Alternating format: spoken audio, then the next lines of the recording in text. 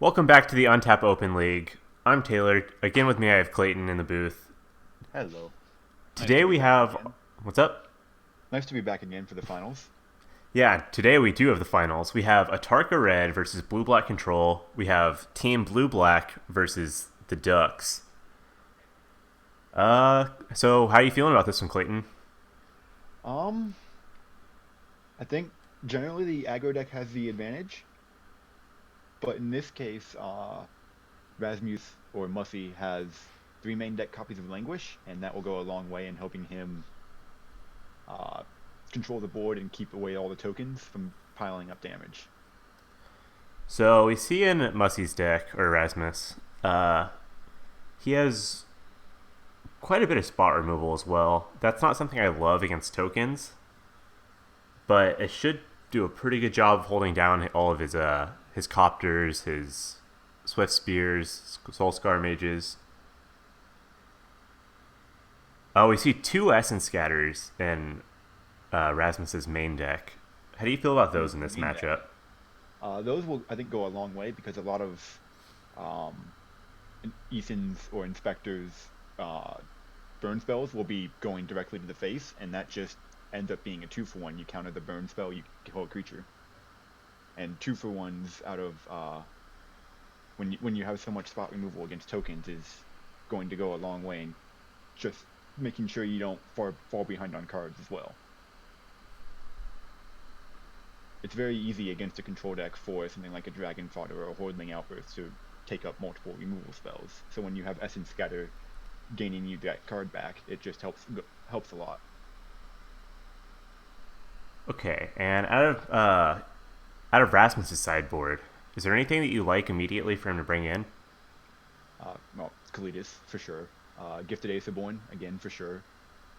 Negate maybe if he thinks he needs if he has more cards that he just wants out. Negate I think would be my next bring in, but I'm not sure if he has cards that are just that much worse than Negate.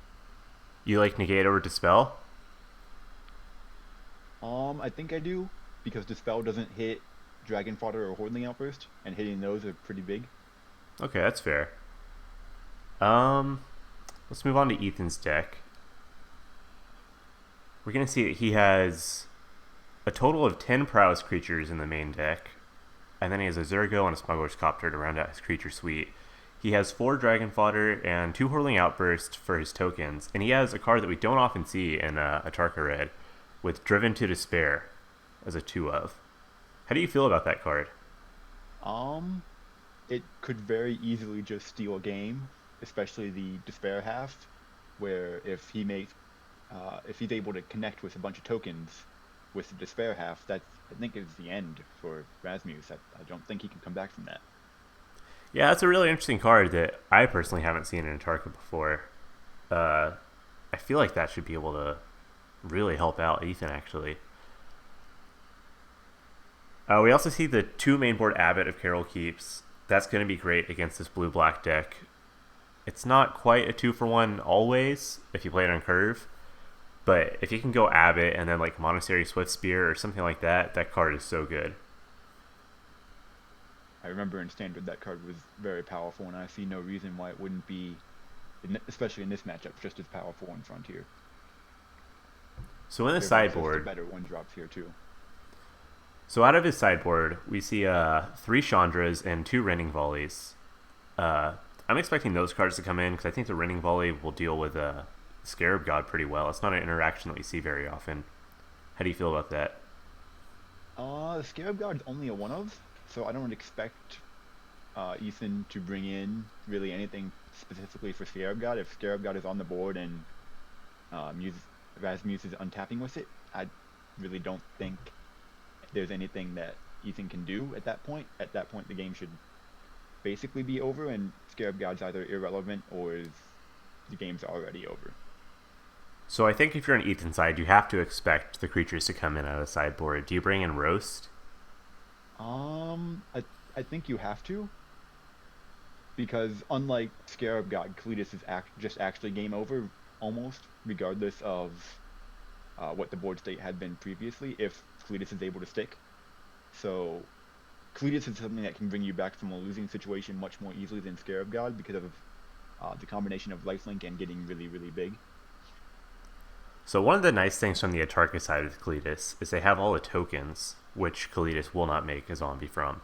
But they also do have, I think they have 16 total creatures if you want to count Smuggler's Copter, which Kalitas will count. Of course, So, Smuggler's yeah, Copter will dodge a board wipe. sure, but there's plenty of spot removal between Fatal Push, Grasp of Darkness, Vraska's Contempt. Although Vraska's Contempt in this case does not make a token. It's still, there's plenty of removal to power up Cletus and make him a giant lifelinker that if he survives and connects, it's probably game over for Atarka Red. So overall, you're favoring Rasmus over Ethan, blue-black over Atarka? I don't think so, because I Oh, think okay. the tokens plus Atarka's command, plus the possibility of Driven to Despair just completely taking over a game, I think that's a little too much, and the one-for-one plan out of Rasmus is just not going to be enough in the face of a pile of tokens. So of course, these are going to be a best-of-5 match. So I think in the pre-board games, Atarka is very favored. I think blue-black becomes favored once they bring all the creatures. Yes, But I don't know if I but it's want to still bet on tough. winning 3 in a row. No, because it's very easy to just stumble and then Atarka Red kills you. Yeah, blue-black can kind of just miss one land, something like that, and really, really fall behind. As where Atarka has to miss for quite a while to get punished. Of course, if Atarka doesn't have that early start, blue-black will easily take over. But with 10 one-drops, I really find it hard to imagine that Ethan's not able to get on the board quickly. Yeah, and with 20 one or two or less CMC spells, he's just going to have a play on turn 2 at the bare minimum. Mm-hmm. Alright, so it looks like the game might be up. Nope. Oh, there goes Thraven. So we're just waiting on Rasmus to join. He has joined, and I am in. I'm having trouble scrolling down. There it is.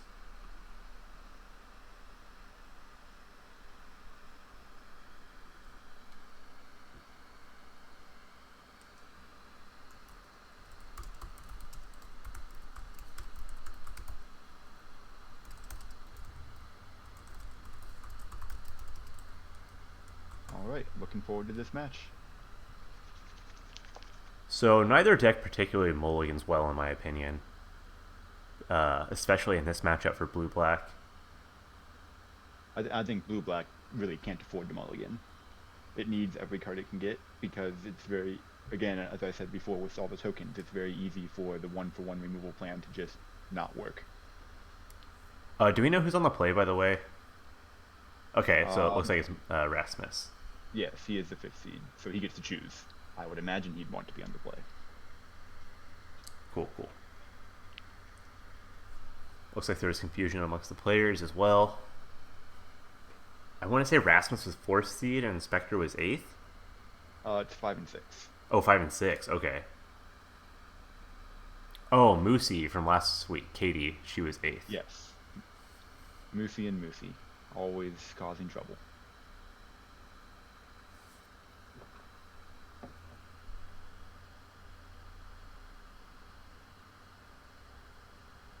Alright, still waiting for them to draw their opening hands. Really, though, this is going to be such a hard first 2 matches for Rasmus. If he can find Languish both games, I think he's got a fighting chance. Languish, I think, is the key for him. Yeah, Languish will be good for sure, but you have to worry about the burn spells as well. Sure. If Ethan's able to just draw, like, Stoke the Flame and then, like, 2 Lightning Strikes, that's half of Rasmus's life total right there that he probably can't do much against other than his 1 negate, I believe, and 4 disallow. same time, though, I think you're Three fine is if low. Languish simply one for ones Hordeling Outburst, because otherwise you're gonna have a really hard time dealing with that card. Oh, you know what's interesting about Ethan's deck? He's not running any copies of Hazoret. Correct. He is very small in the main deck, and in the sideboard he only has access to Chandra as ways to go big. That's probably going to favor him here, as Rasmus has a lot of answers to Hazoret main board. And Rasmus's opening hand kinda sucks. On the flip side, Ethan's hand isn't great either. It at least has 1-drop, 2-drop burn spell. Yeah. But 4 lands is about all the lands he needs for the entire game. Yep, he'll have all of his colors, red, black, and green, and he gets to curve Prowess Creature into Dragon Father. So what's tricky about Rasmus's hand is he can't go opt Grasp of Darkness turns 1 and 2. Yes, that's really just makes his hand so awkward. Plus, he doesn't even have a third land. I think if somehow he was able to like play a blue-black land on turn 1 and then play opt and then Grasp of Darkness, I would keep this hand, but without that, I think I have to ship it. I think he's got them all again. I mean, Torrential Gearhulk at this point is blank. Vraska's Contempt is probably also a blank. Disallow in this hand looks a little too slow. And yeah, the opt and grasp don't get along right now. If I'm in either player's seat, I'm going to mulligan. You said you would keep the red hand? I would keep the red hand.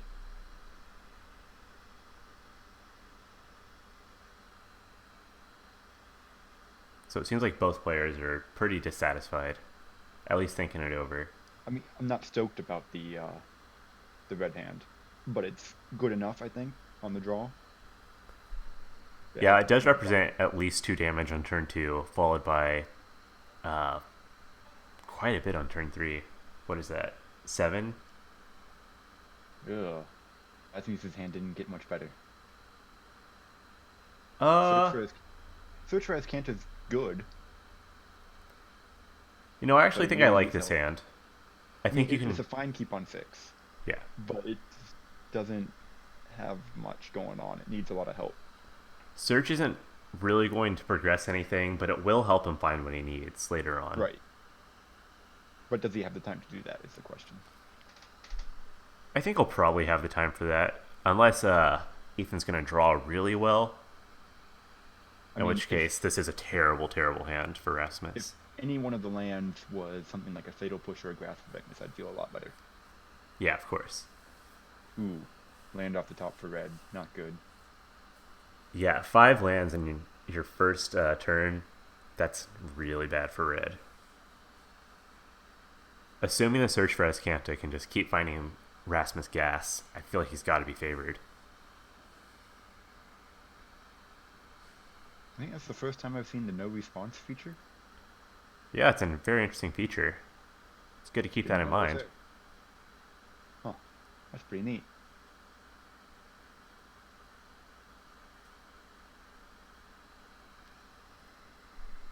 So unless he draws Fatal Push or Grasp, I think we see Search. I think I would kill the creature before I play Search. Okay, we do see Make that Grasp. choice.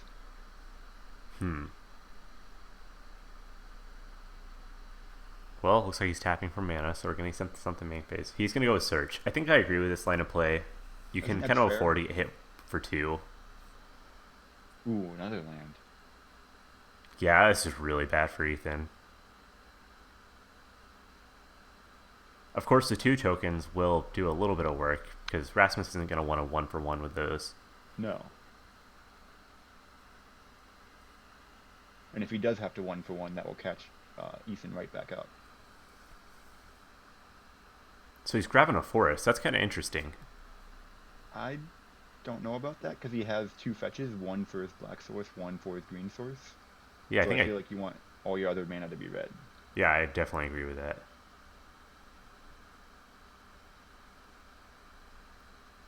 All right, Rasmus going down to 17. I think he's in a great spot here.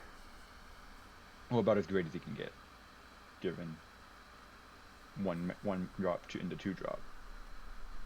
He at least has an answer to the Skull Scar Mage. I There's have a bit of never seen these selection. tokens. Where are they even from? G and D cards must be some specific artist. I mean, they're neat. All right, Erasmus not missing the search trigger.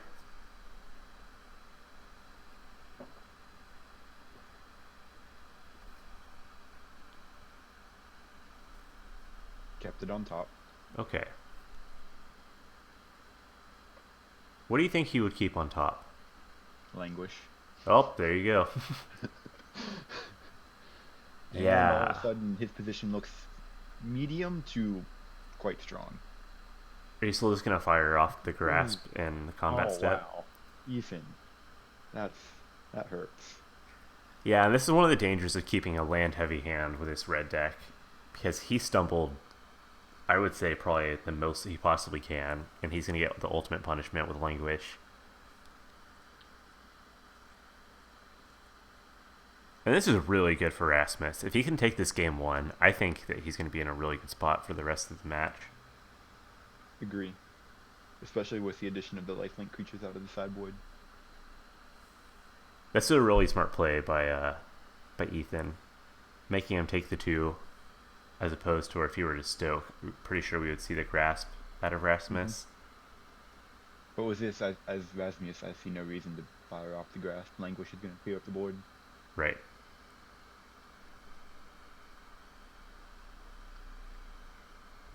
Well, as poor as we're talking about Ethan's position right now, he will have Mussy down to 11 life after the Languish. Sure.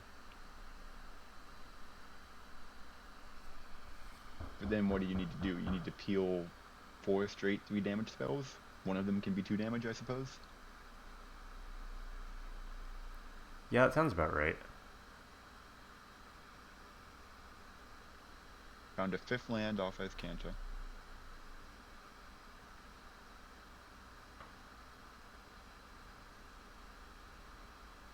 And we're going to see Languish clear up the board. So did he bin a land and then draw a land? Yep. Yeah, okay. It's not the worst thing in the world for him.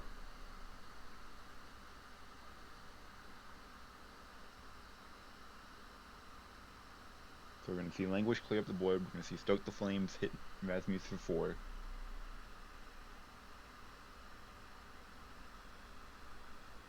And we'll see if Ethan can find some action.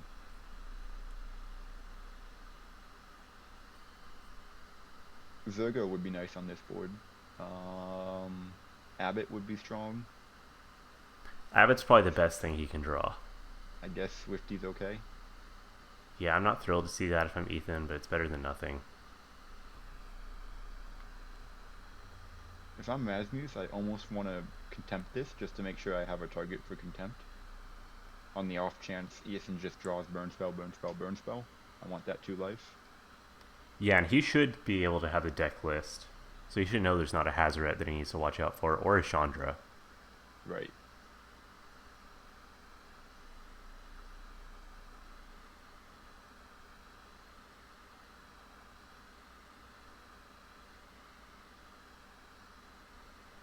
One twos and 2-1s are as big as it gets.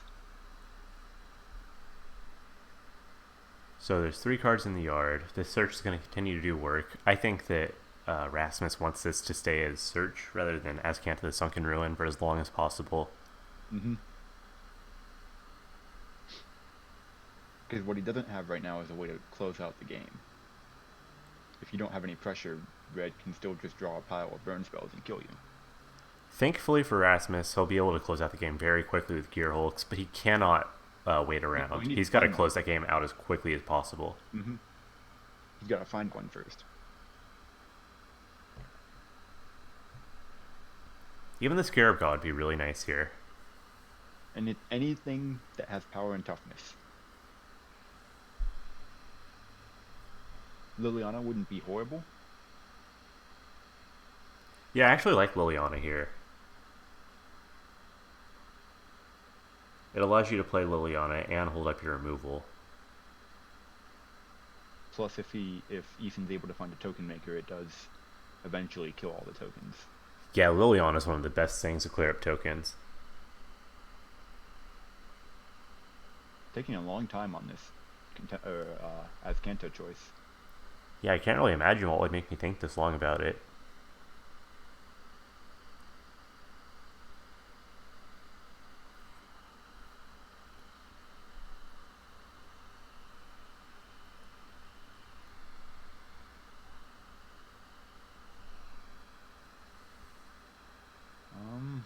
Trying to think of a card that I would Maybe hesitate Languish. about wanting. He's gonna keep it, so we're gonna get to find out what it is pretty quick.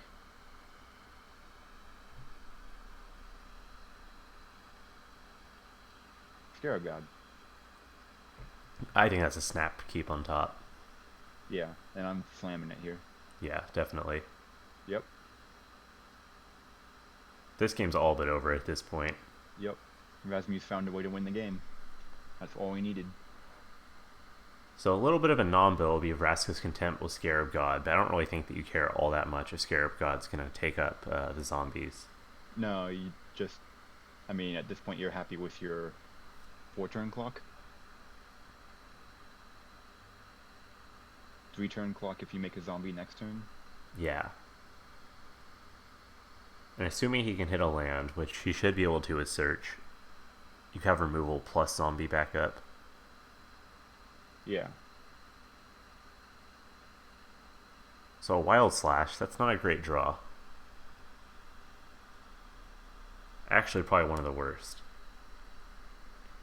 At this point, if I'm Ethan, I'm just wanting to draw burn spells off the top and hoping they add up to 10. Yeah, you really gotta hope for more Stoke the Flames, Lightning Strikes. I guess Wild Slash is better than nothing. Right. That's 2. You need 8 more. That is. Alright, Mussy sent the land to the graveyard. I think I would have kept that on top. It's gonna slam in for 5.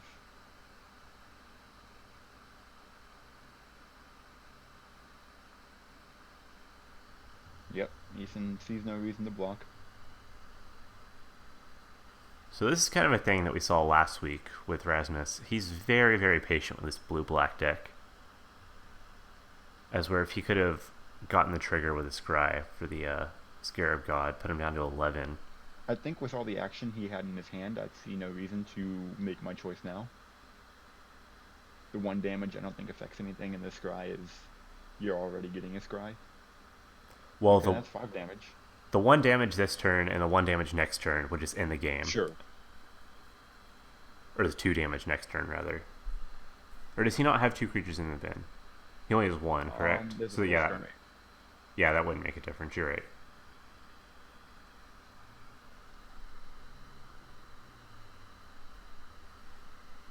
If I'm Ethan, I have no effects. How tempted are you to try to kill a Scarab God? Not at all? Not at all. Yeah, we're going to see it pointed at Rasmus. I would have wanted to sneak in as much damage as I could if I'm Ethan on Ethan's side. So it looks like he's doing this before damage. Yeah. Yeah, so... When Rasmus said no blocks, I would have just said 1. I don't think I would have wanted to leave myself open to a removal spell like that. I want to get in as much damage as I can. And here we see Contempt just 2 for 1, Ethan. Yeah, basically.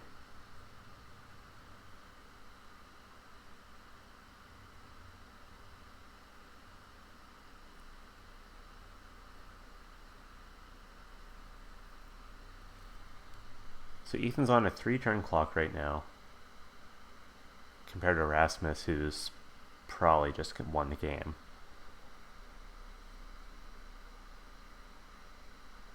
Ethan's going to have to draw exactly Lightning Strike Stoke or Stoke in order to win. Yeah. And I think I would have played a land there, just because I see no reason to hold 2 lands in hand. I don't think that it really will change anything. He's going to be able to cast everything he needs to regardless. If you can make Rasmus at least think about having something in hand, I actually like holding on to the lands here. I mean, I know we know what Rasmus has in hand, but at the same time, what can he do about a flurry of burn spells? What's he what? How is that going to change his play pattern? I think that's something Ethan needs to think about here, and I don't think anything is going to change. So he wants to make sure he can cast a 2-mana spell plus Stoke.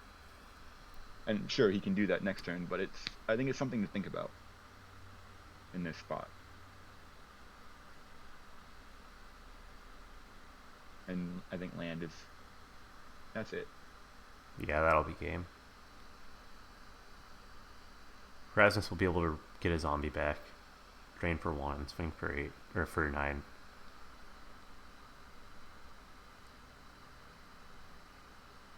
Even if Rasmus doesn't do anything here, he still has the win.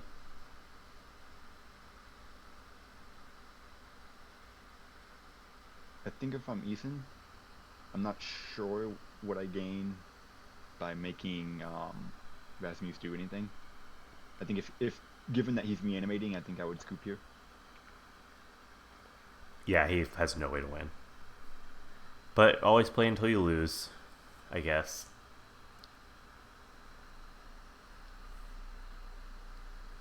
I know certain pros like Owen Turton will go by that. Yeah, so I suppose Rasmus could cast Grasp, target Scarab God, or the animated zombie. That's yeah, you never know.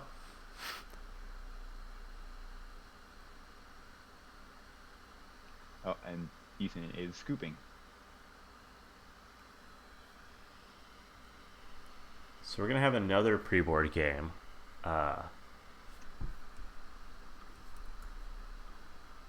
Ethan should know this. He's played in... oh, we're getting 3 no's.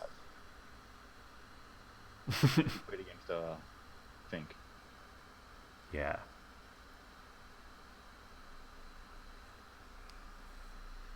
And on the play, I think I'm going to have to favor Ethan again. Yeah. Not that the draw play made any difference this game, but usually it will. That was a very terrible hand for Ethan. Yeah, I think the keep is fine. It just did not work out at all. Conversely, the top of his deck was not kind to him. Conversely, Rasmus's hand just worked out perfectly. It really did. I don't know how much more you could ask for from the blue-black side. Looking for a 1-drop here. Didn't find it.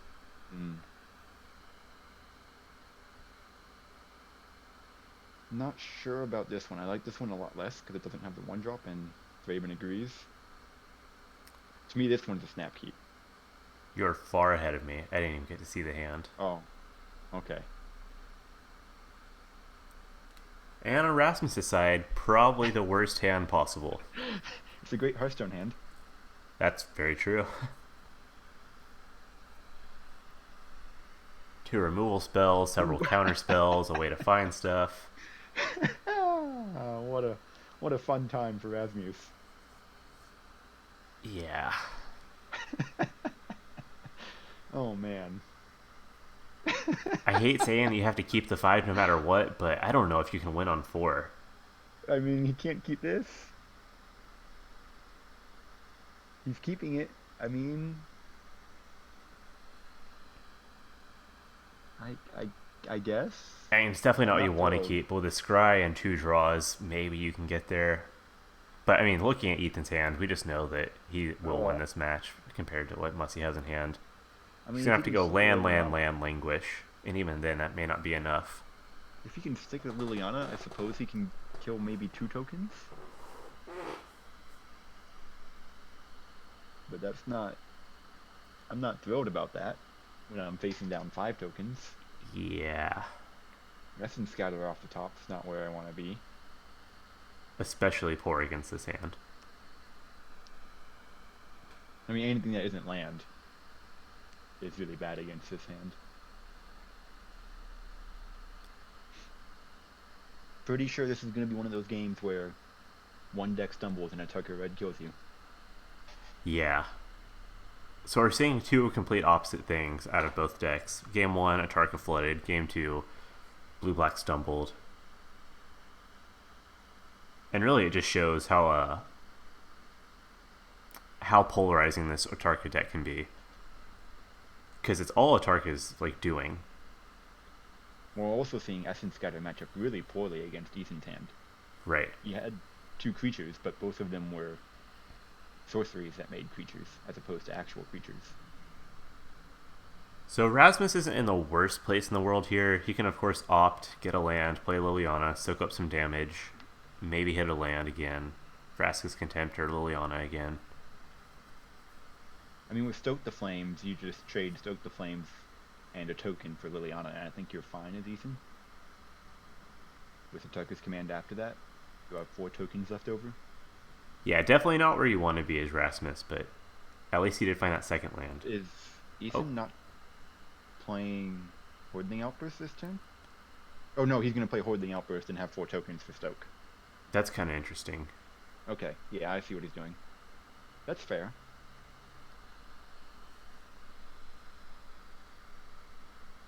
It means he'll be able to kill Liliana on Masmis's turn, which allows him to cast Atarka's command on the next turn. Right. So it's a very efficient use of mana. Misses 1 damage, but I think that's worth it.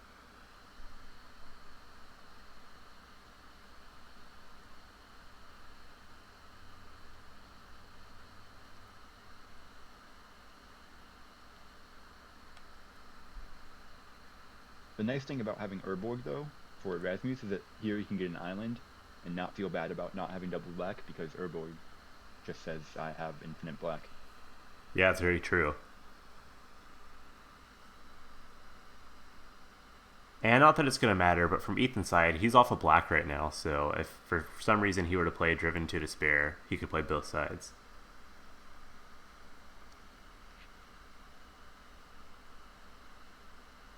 Oh, is he gonna... That's... Oh, I don't know about this. He's gonna Stoke now. Yeah, I mean, he's not really going to get punished from it, but it's the wrong Well, play. he could if Rasmus finds a land for Liliana.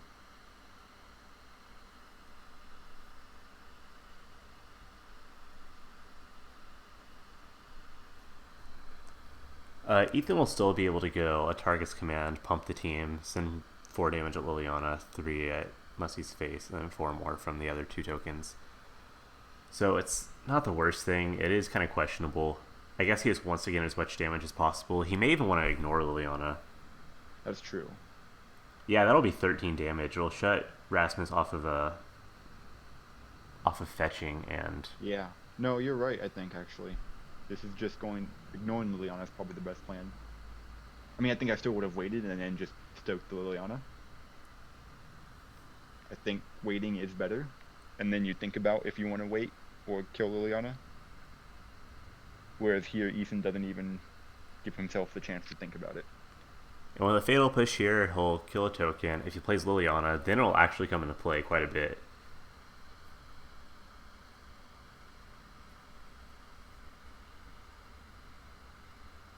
What looked like an unwinnable situation for Rasmus looks terrible, but not Yeah. unwinnable. Well, he didn't find a third land is the issue. Now it looks unwinnable. Ooh, more tokens.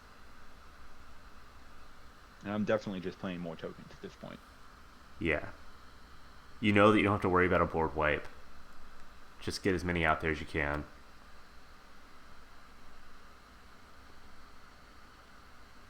Slam for 4, probably just going to be 3, because I imagine if he fatal pushes 1 token, he's going to fatal push another one. Yeah, definitely.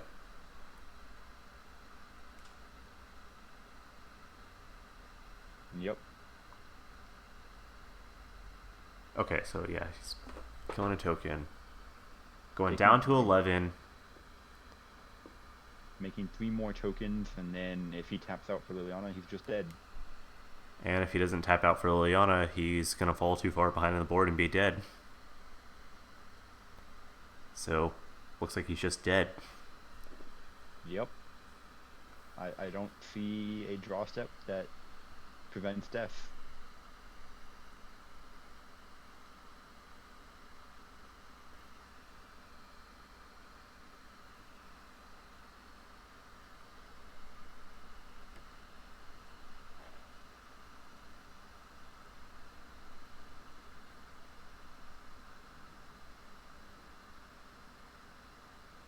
I imagine he's looking for land Liliana, thinking maybe he has a chance. But he Yeah. sees Dig instead, and he's just dead. So 2 non-games so far. Well, the first one, it started off as a game, and then Ethan found a whole lot of nothing. Yeah. And Rasmus packed it in. All right, let's look at the sideboards. So, like we said, Gifted Aetherborns, 2 Kalidas. Possibly negate. I think I'd put in Negate over Essence Scatter. All of I think so. all of Ethan's creatures are 1-drops and 2-drops. It's going to be hard to counter those. Also, negate does counter Copter, whereas Essence Scatter does not. So that is some of the creature targets, again, being negate targets rather than Essence Scatter targets. I think I'm probably going to take out Disallows here as well. I agree. Those are clunky and slow. Uh, And they don't bring you back like the lifelink creatures do. Probably some digs. What are we? We need 7. Well, we got 2 Essence Scatter for 2 negate, and then we got 3 Disallow for 3 Gifted Aetherborn. You need to find room for 2 Kalidas. Maybe 2 dig. I'd maybe take out a Dig and a Scarab God. I think Scarab God here is just too slow. It probably is. At the And it same doesn't time, I provide think enough. dig is also too slow. I wouldn't fault either decision. I think the difference is that Dig can allow you to cast 2 spells in a turn because you're delving away a pile of creatures, or a pile of cards in my graveyard, whereas Scarab God takes up my entire turn. And Sure. Atarka Red can very easily just go around it. From Ethan's side, definitely going to see the 3 Chandra. We both would bring in Roast. We'll see what Ethan does. I think I would bring in, again, Roast just to expecting the lifelink creatures to come in. If Ethan doesn't see that as what Rasmus is doing, then I don't think he'll bring them in. I think you have to expect that, though. Yeah. And I think since we're going after Chandra, I think this is where Hostile Desert comes in. Yeah, sure. That makes sense. Just want that 20-second land for your 4-drops. Probably take out some Wild Slash here. Probably I'd all of take them, out all actually. 4. I'm tempted to take out Driven to Despair. I think this is a matchup where you want it. Maybe not on the draw. Maybe that's a play draw kind of thing. Yeah, that's kind of what I'm thinking. This is a tough call for what you want to take out. Maybe you don't even bring in the Roast just because you want to have critical mass of threats. I'd bring in the 3 Chandras in the land first. And then if there are other things I want to get rid of, Roast is my next one up. Yeah, I agree with that.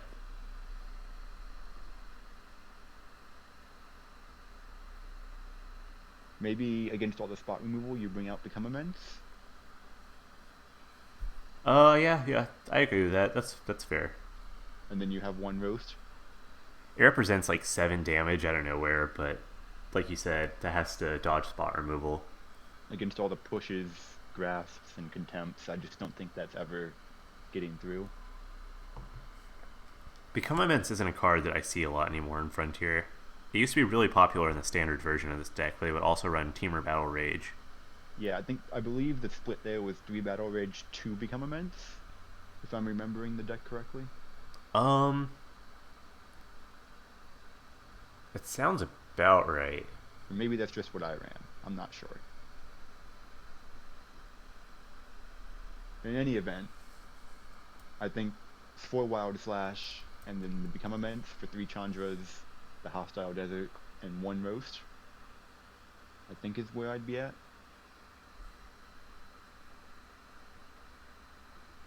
Alright, Rasmus has just sent his sideboard plan.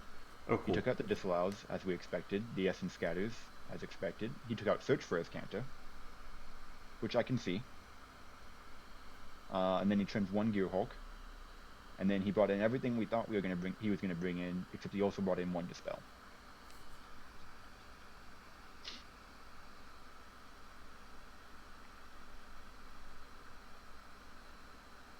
You still there? Yeah, sorry, I was looking at the Discord, trying to get stuff figured out. Sure.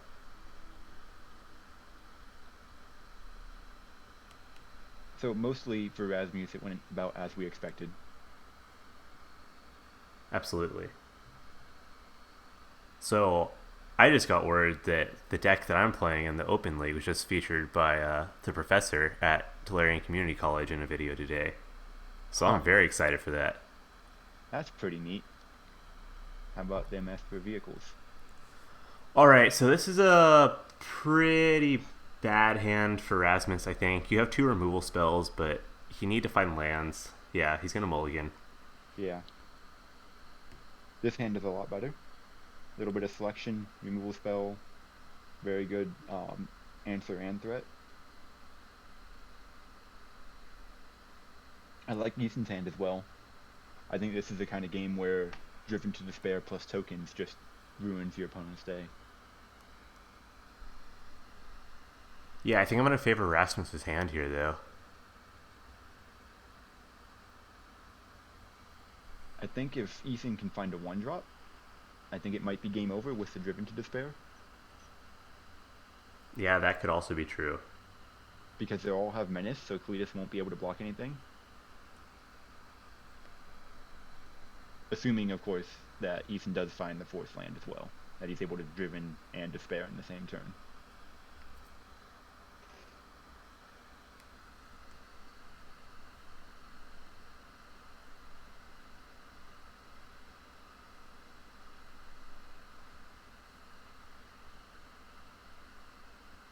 All right, both are Well, Ethan keeping. found the fourth land. All right, so that's part one.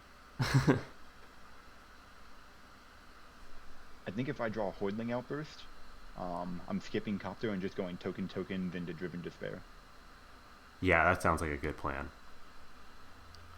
Alternatively, if he does go Copter this turn over Dragon Fodder, he will get punished. Well, I think if you don't draw a Hordling Outburst, you want to go Copter because that represents the most damage, the most pressure. I think I agree with that, but the Grasp is going to make that look terrible. But I I don't mean, think that sure. you should play around Well, that but you're also necessarily. it's not the worst because you're just trading 2 mana for 2 mana and 1 card for 1 card. Sure. Then you're forcing the blue-black player, especially in this case, to um, answer your threat rather than cast Opt and set up their hand. Chandra's a nice draw that answers Cletus. Yeah, Chandra's about perfect here. And yeah, we're going to see Copter. I think that's correct.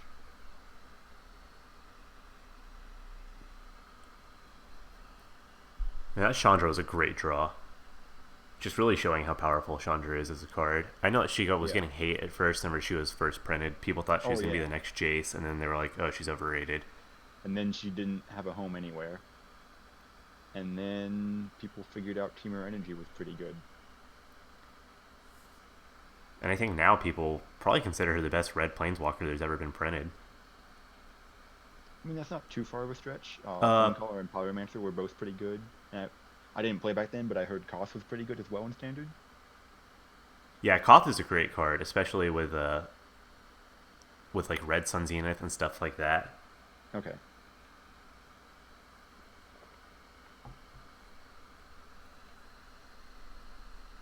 Looks like Rasmus was not fond of the card he saw on top. Found a land.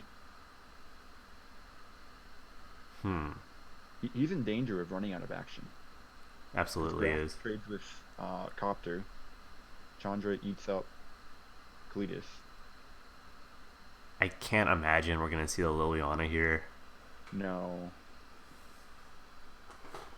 I don't. I don't think it's accomplishing anything on this board. It just takes 3 damage. If I'm on Rasmus's side, though, I do kind of want to wait to play Kalidas as long as possible so that I can get tokens immediately. But as we're seeing here, he doesn't have that option right now. Well, and also there aren't any actual creatures for Cletus to exile at the moment. Yeah, that's true. But Ethan again is drawing another land.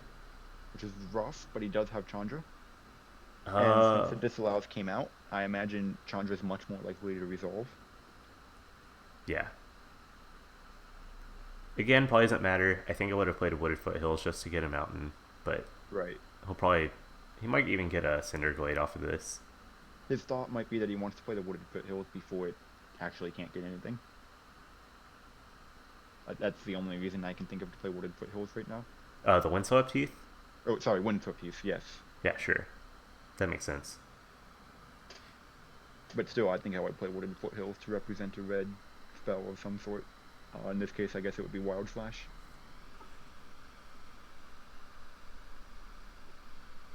So, probably going to see the Copter get grasped here. Yep. Yep. That response button coming into play here, very nice. Yeah, it's pretty nifty. I'm not sure how practical it is to use regularly. Like if it's easy, or because I haven't actually had a chance to try and use it. I think it's just on the sidebar, so it should just be one click of a button. Okay, that's not too bad then. So, must he move the grass back to his hand? Okay, yeah, now he's moving it back to discard. Seemed like that was just a Figured misclick. it out. Figured it out. Uh, Grass is not great. so this Chandra is gonna minus kill the Kalitas if he plays it here, which obviously is not what you want from Rasmus's side. However, it's not the worst No. thing in the world. You do have Liliana to recur it. Oh, he's gonna go for Liliana instead. Yeah, that's fair. I like that. If he had played a Wooded Foothills here, that would kind of turn me off of Liliana. Right. Maybe get pinged, but I mean not pinged, shocked, just to bluff it. But whatever, it's fine. It's a good play here from Rasmus. Really good play. Yeah. If I'm Inspector, I think or Ethan, I think I'm still just slamming down Chandra, plussing and dealing 2 damage to Liliana plus my token. Because you're not in a spot where you can ignore Liliana. Yeah, and Chandra's gonna win the ultimate race with Liliana. Although once Cletus comes down, I kill that immediately. Yeah, I think you have to. Because no matter where Liliana is, Chandra plus beats Liliana plus. Plus now I have a Lightning Strike.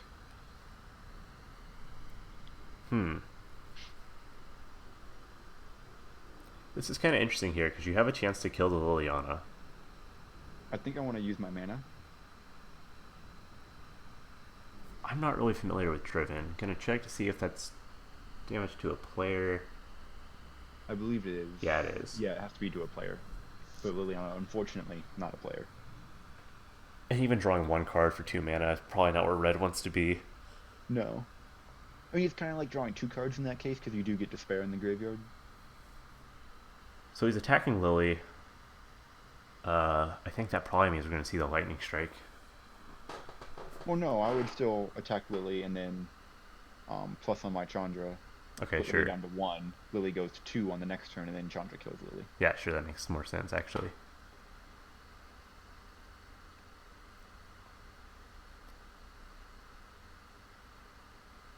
You know, somehow it's much harder to play whenever you're not actually in the game and you're talking about the game. I don't know. I found the opposite, where I have a much easier time seeing things when I'm out of the game. Because in the game, you have that feeling of, oh, I'm behind, I'm still behind, or, things like that are influencing how you play, whereas when you're watching the game, you're just seeing things unfold. Yeah, that's You also don't have true. that bias that comes with playing the game.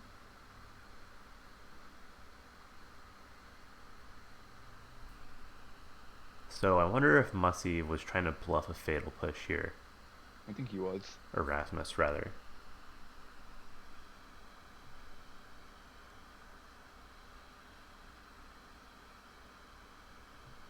I think I'm still getting a red source here to disguise my Driven to Despair since I have an extra Wooded Foothills, but that's also fine getting my Smoldering Emerge now.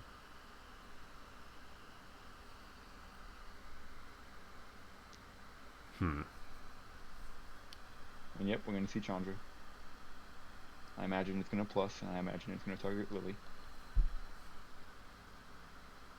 I suppose he could also add red mana. I thought about that.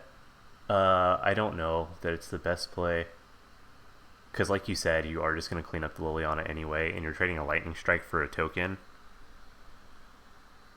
Yeah, I think he's going to go with mana. Interesting. It's a fair play. It keeps his token around, because he does want the token around for Driven to Despair. So definitely going to see his Kalitas here from Rasmus. And then it also this will also work out well for Ethan because it makes the Chandra, do I kill Cletus, do I kill Liliana first, much easier. Second Cletus is very good for Rasmus. Yeah, it is. And if he can find a land, well, like we said, non-token creatures, but if he can find a land and have Kalitas and Grasps, that'll still be very good, even if he's not getting the token off Kalitas. Or if I'm in Ethan's spot, I might just fire off Driven to Despair right now. Draw a card, make Rasmus discard a card, and use Chandra to get rid of Cletus. I could see that line. But since I just drew Dragon Fodder, I might wait. I am so far behind in this game. Ouch. That makes this a little more challenging.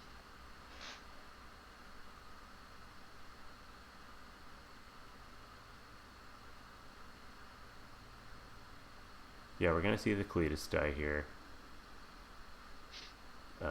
Obviously going to play Cletus again next turn as it can finally survive.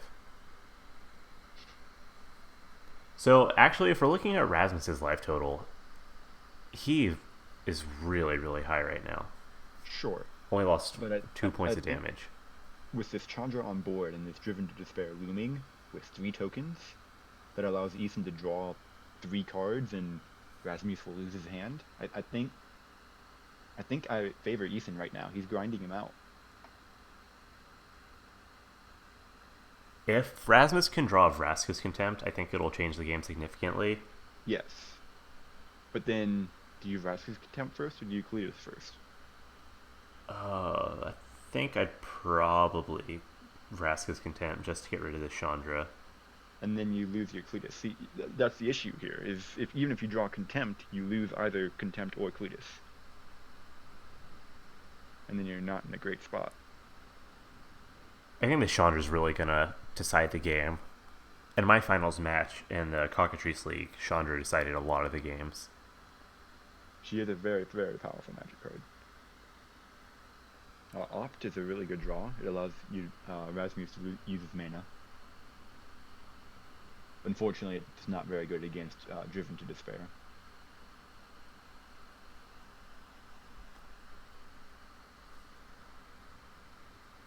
Yeah, we're probably going to see that. Drawing 2 cards, discarding 2 cards. That's going to be really good. It draws 3 cards because the tokens get Menace.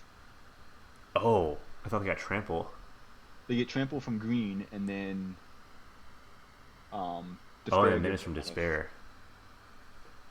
Yeah, Driven gives Trample, Despair gives Menace. So he'll draw 3, Rasmus will lose his hand.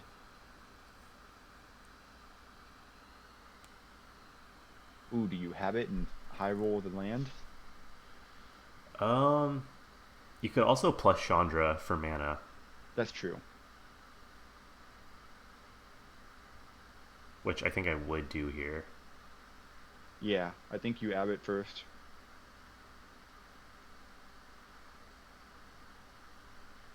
Although I'm not really sure what you're hitting off of Abbott that you're wanting to cast more than Driven to Despair. Well, no, it's that you find Abbott into land, into you still have 4 mana for Driven to Despair, and then you Chandra plus for 2 damage. But I think he's just going to go for Driven to Despair right off the bat, and see what he draws, because that could also draw him into a land. Yeah, it's a lot safer line. I don't think there's any reason to risk that. Yeah. No, I had for a moment forgotten about the drawing 3 cards part of Despair. Yeah. So you're likely to find a land, which then allows you to use Chandra plus. You have 4 mana.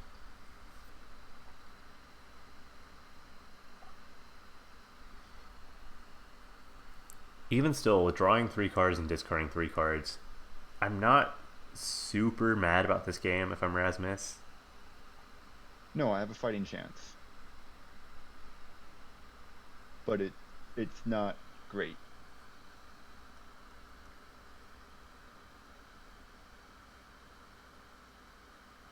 Because my Atarka red opponent is currently grinding me out. And that's gotta be a miserable feeling. Yeah, definitely.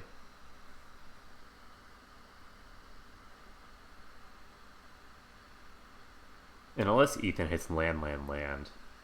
He hit 2. Okay, yeah, that's not the best draw. Uh, I think I go Wooded Foothills, find a land, Abbott, see what I hit.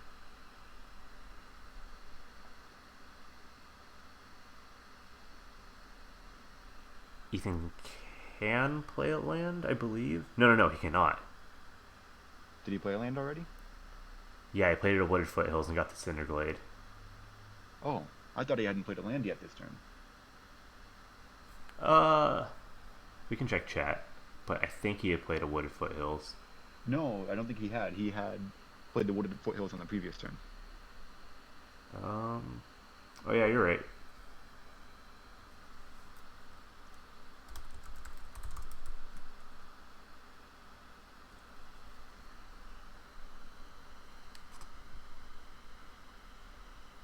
I know it's a small percentage, but I think I would have played Wooded Foothills instead, Yeah, just to maximize my draw step. he's already running out of lands anyway. I don't think my life total matters. Oh, he's gonna flip the top.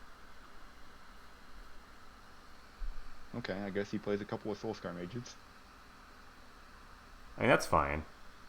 It's reasonable. I think I'd just like Abbott and then plussing to get mana and seeing what else I find. Oops. That's not how that works. Ooh. He hasn't scryed, he's been fetching, so that's basically the same thing. Yeah. But that is a card that you'd want to draw. Okay, so playing these Soulscar Mages does open up Kalidas to be able to get some tokens. It does. However, Contempt is nice. okay, yeah, this is really good for Rasmus, actually. I don't think I like the attack here, though. What does attacking get you? I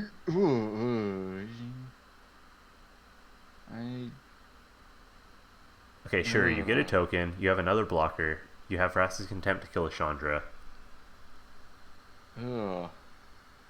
Ethan just went from a winning position to losing real fast. Yeah, that was a very weird sequence of plays. I guess the attack worked out, and if he could have, if there would have been no blocks, he probably would have killed Chandra. Yeah. No, I like the attack because you're gaining 3 life every time, and either you're making a token and killing a Soulscar Mage, or you're killing Chandra. And in this case, he gets a token and he gets Chandra because he had Contempt as well. So I'm pretty sure I'm lagging really far behind right now. Was a Soulscar Mage exiled? Not yet. Hold on.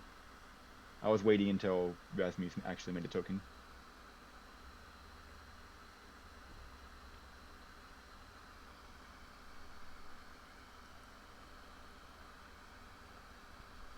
Just to make sure he remembered the trigger. And it does matter in this game because of Scarab God as well as Become Immense. Ooh, land off the top is not great. So very quickly this game's turning around. It all depends though on what this Abbott hits. Yeah, this Abbott hits Chandra or something like that. Even Currently, Stoke. Cletus cannot make itself bigger, so it is vulnerable to a Chandra or a Stoke the Flames. Are you tempted to eat that token with Kalidas as fast as possible just to get it out of burn range? Yes.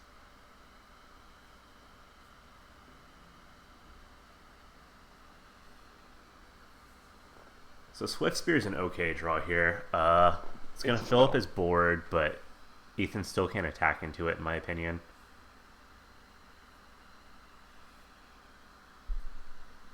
Yeah, there's zombies putting in some work.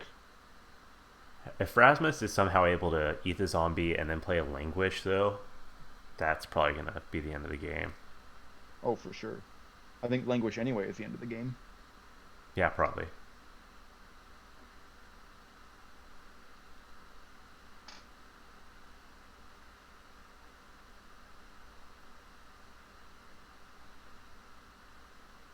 Because Languish still makes 3 tokens.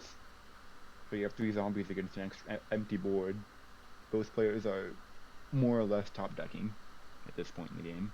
And I think if you're top decking at this point in the game, blue-black's definitely favored.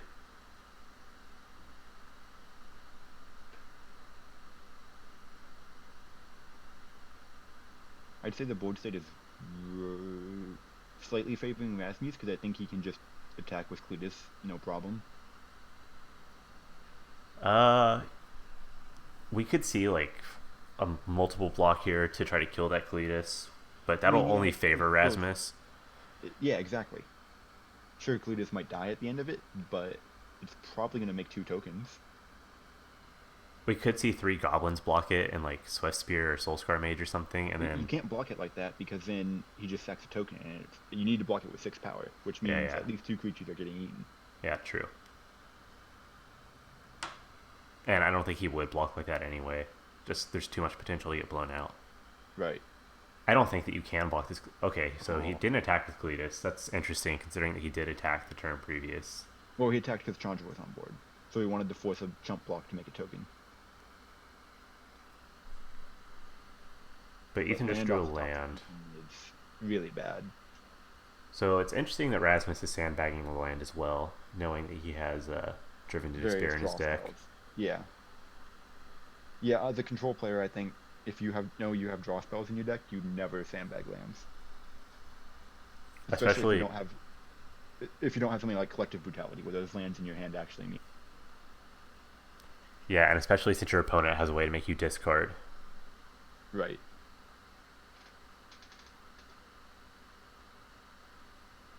So what are you hoping to see off of Dig Through Time? Just Languish? Yeah. Languish and another finisher. Maybe a Gear Hulk. Yeah, sounds good to me. Gear Hulk will put away the game very quickly. What seemed like not a good spot for Rasmus very, very quickly turned around. Yeah. I think the issue there was, um, I think Ethan wasn't supposed to block there. I think that gave Rasmus a little too much value. I think you have to let your Chandra die there and hope that you just find something better than Clutis. Yeah, because not only did Chandra die, he also got a token, as where Chandra just would have died. Because then, I mean, Contempt still would have eaten a Soulscar Mage, but Rasmus wouldn't have the token, Right. which would have enabled an attack for 7. You know, I think this is also us being on the end where we know that he has Vraska's Contempt. Sure. But I, I, like I if still he don't think throwing away a creature and putting Cletus into out of burn range is the way you want to be, though. no, but in hindsight, I do think you need to keep that Chandra alive. And not knowing that he had Vraska's Contempt, I actually would trade a token for the prospect of Chandra staying alive. Because Sure. he also didn't have a way to pump Kalidas at the time. Of course, Well, it was sure. the wrong play at the end of the day. No, I think he didn't have a way to pump Cletus at the time, but if you chump block, then you give Cletus a way to pump himself. Is the issue. So I think you trade your Chandra for Cletus still being in burn range. So Rasmus finds at least a Gear Hulk. And in the gate, not bad. 'Cause I think Uh, at this point, if I'm Rasmus, I don't care about the actual creatures. yeah, especially since Hazaret's not in the deck. It's Chandra really that I'm most concerned about. Yeah, now he has a way to protect his Cletus with like Stoke the Flames and stuff like that.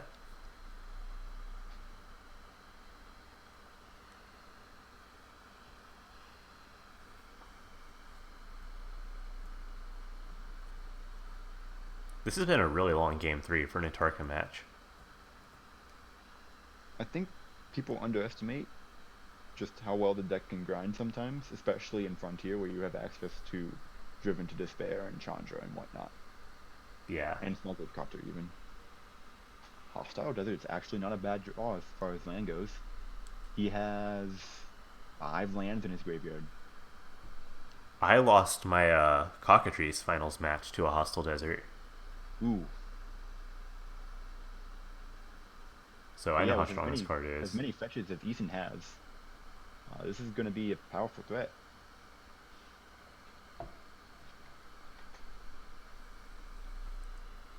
And it survives the Languish, so it's probably as good creature draws you're gonna get.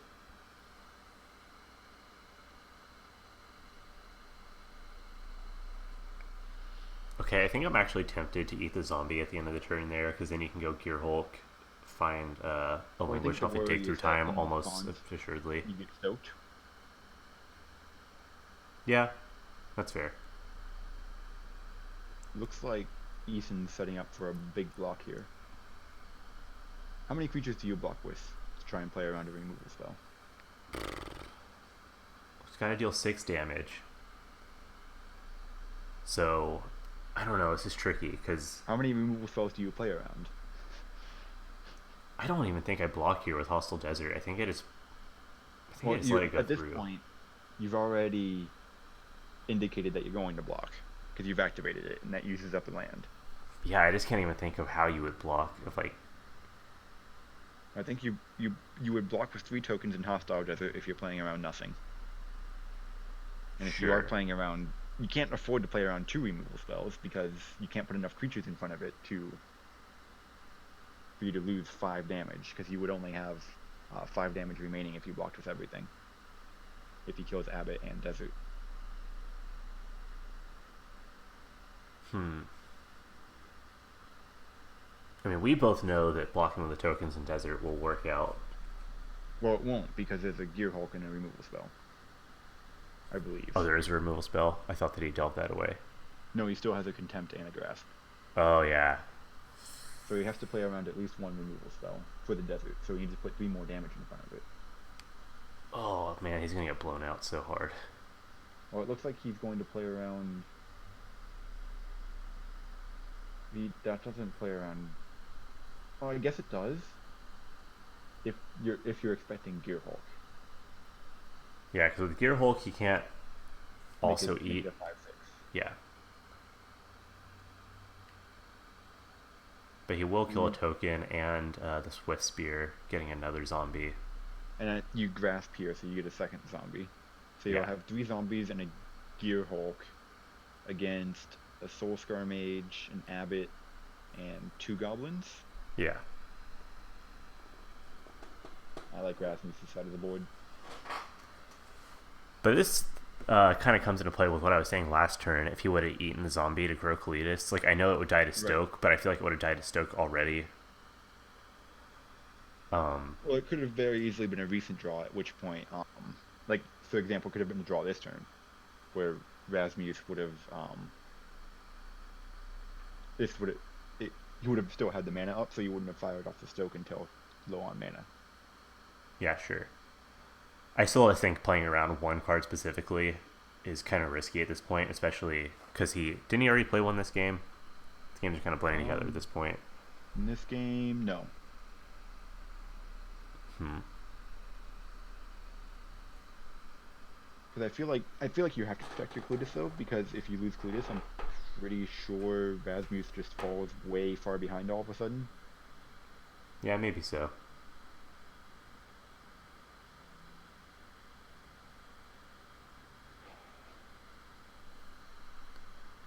Gearhulk Grasp is the play here.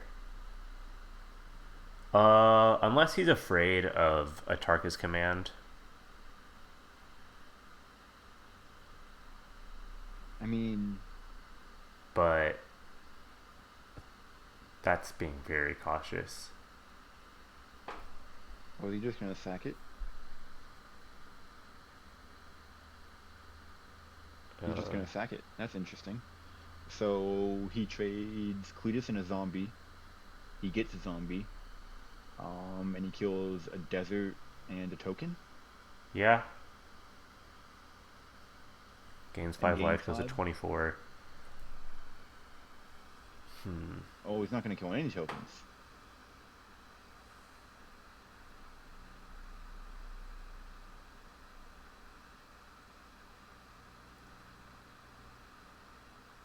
He's also not going to kill the Swift Spear.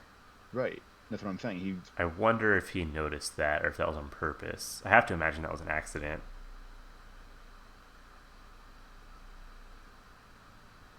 I don't know any other reason why you would do that. Yeah. This is. Oh, he thinks he's killing the Swift Spear. Yeah.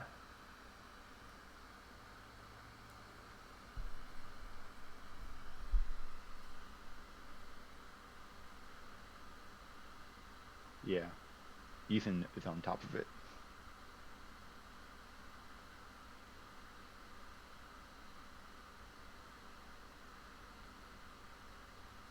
Yeah, that mistake might just cost him. That was a really, really That's probably why he bad made thing the that play. happened. Yeah, he thought the land was probably a 3/3 or something.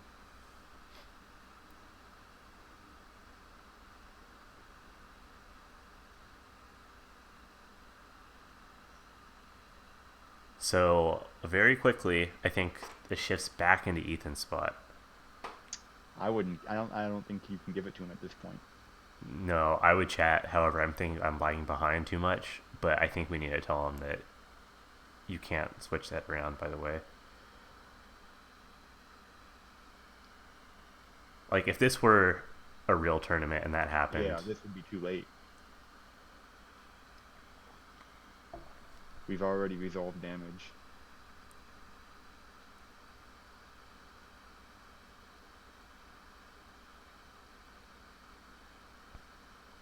it's not necessarily true that Inspector chooses. No. This is where you would call a judge. And the judge would make a ruling, and this is probably the ruling the judge would make. Yeah, and It's I too like late. I do not fault Thraven for or Ethan for not letting this happen Yeah, because no. this is a very important game. 2300 not even that late.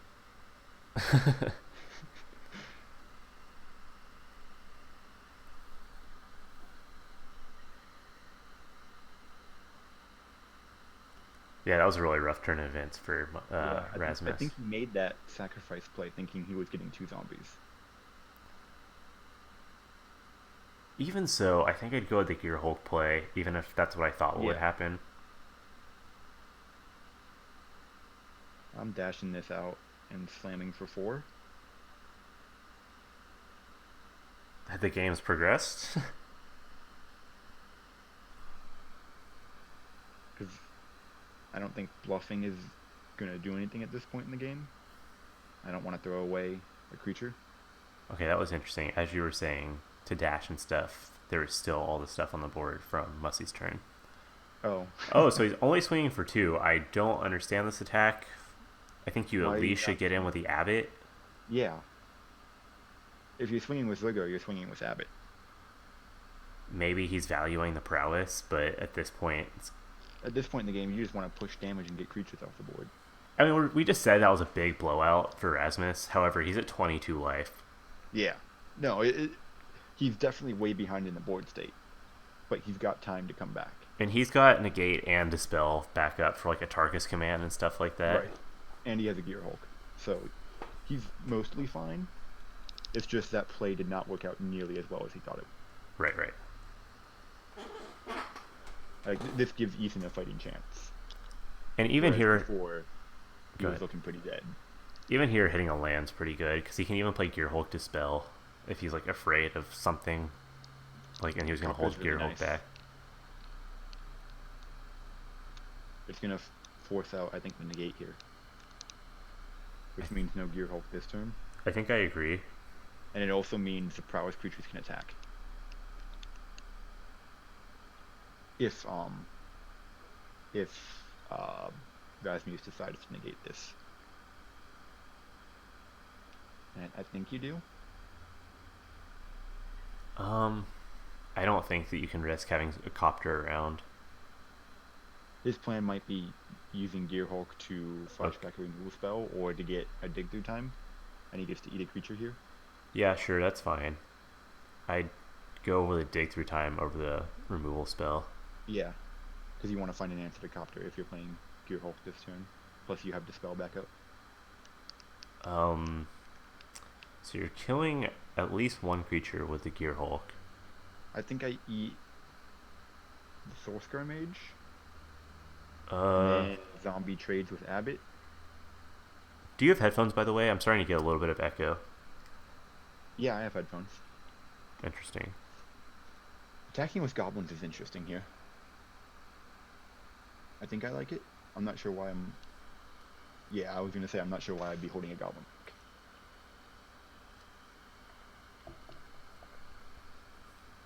I'm gonna refresh the page just because I'm lagging like way far behind. Sure. So bear with me, stream. Yeah, Ethan is swinging out. I'll try and keep you updated. Looks like Rasmus is gonna fetch off of his Bloodstained Mire that he had. Goes to 21. I imagine we're gonna see Gear Hulk, and I imagine we're gonna see Dig Through Time. So my Might be a page surprise. isn't even reloading. Ooh, I don't know what's going on there. Rasmus found a Sunken Hollow off of his fetch. Again, I imagine we're gonna see Gear Hulk into Dig.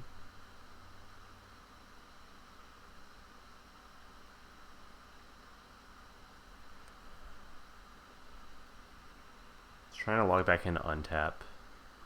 Okay, cool.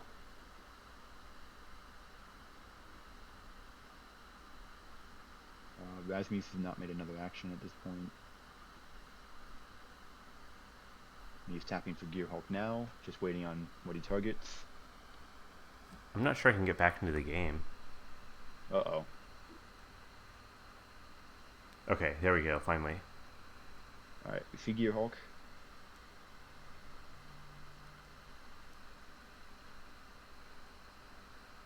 Ethan has said no response. Gear Hulk happens. He targeted Dig Through Time.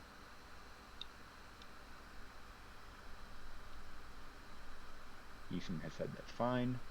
Are you back in? Yeah, I am. Okay. And are you at Dig Through Time resolving? Yes. Okay.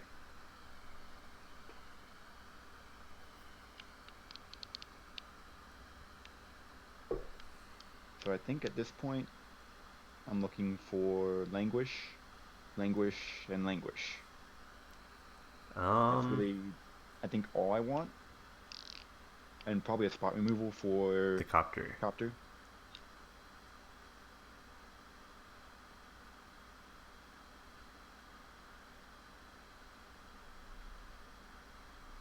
I can't imagine wanting really anything else. Yep, found Languish. Yeah, this game's probably over. Lots of twists and turns and differing who's favored and who's ahead. Lots of back and forth in this game. And he found a second dig. I think that's about as good as you're gonna hit. It's missing the spot removal, but dig is probably just another spot removal anyway. He's got 5 cards in his graveyard. Languish will be number 6. So how much damage is he taking here? He'll be blocking 3 from the Abbot, So probably just 5. 2 from the Soul Scar Mage. Oh, okay, he's gonna block Zergo because that's been dashed. So that makes a lot of sense. He's gonna trade with the Oh Abbot. yeah, there's prowess. We'll Okay. take 7. Yeah. Yeah, I agree complete with these blocks. 100%. I was still on the Soul Scar Mage block though from before because I think that's the most valuable creature on the board. But given with Languish, I think you want to get rid of everything. So it looks like Ethan also forgot about the prowess, but Well, he announced it earlier. yeah. Also, prowess is an ability that, You don't need to mention until it's relevant. right. In which case, Rasmus did He mention mentioned it. Yeah. But I think because Ethan had already mentioned it, I think at that point you can't say you've missed it. Right.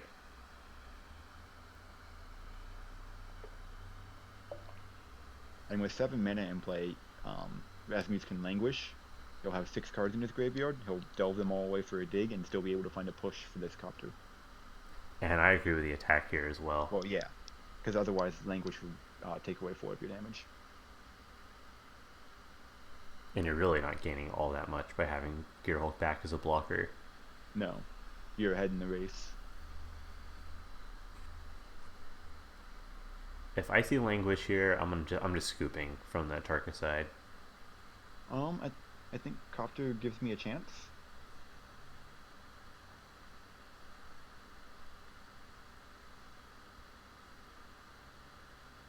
I'm waiting until the draw step at least. That's fair. I guess Chandra can put you back into it. Well, I want to draw a creature that can crewcopter, attack, loot, and then find Chandra. Chandra can also find you a creature. That's true. But it doesn't matter. Rasmus is saying his untap crashed. Hmm.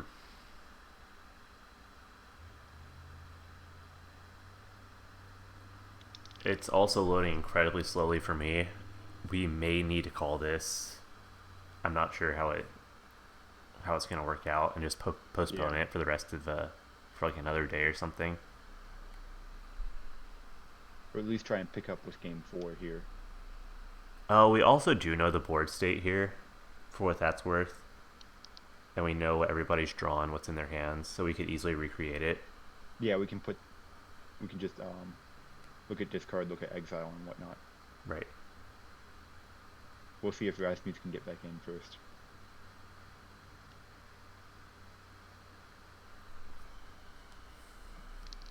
Obviously anticlimactic for the stream, but Right. Technical difficulties. They happen sometimes. oh, do you think that we could maybe just restart the lobby and recreate it, or do you think that's just way too much trouble? I mean, I want to see what if Rasmus can get back in first.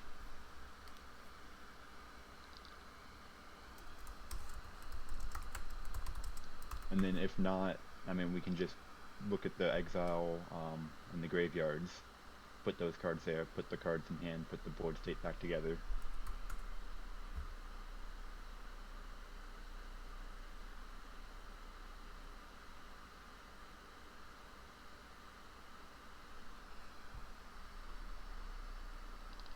So I'm gonna screenshot everything just in case.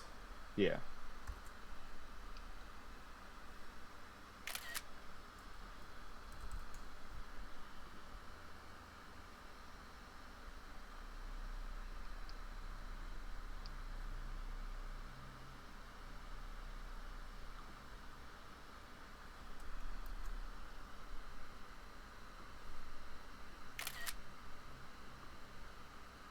I don't know if the stream can pick up that the camera noise from the screenshot. I'm sorry if that's loud, because it sounds kind of loud on my headphones.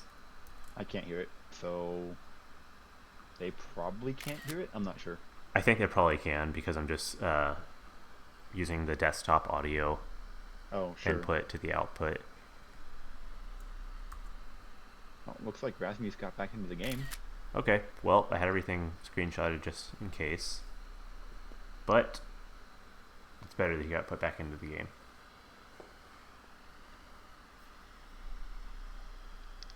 Alright. And I imagine if we draw something that doesn't interact with Copter, we're scooping.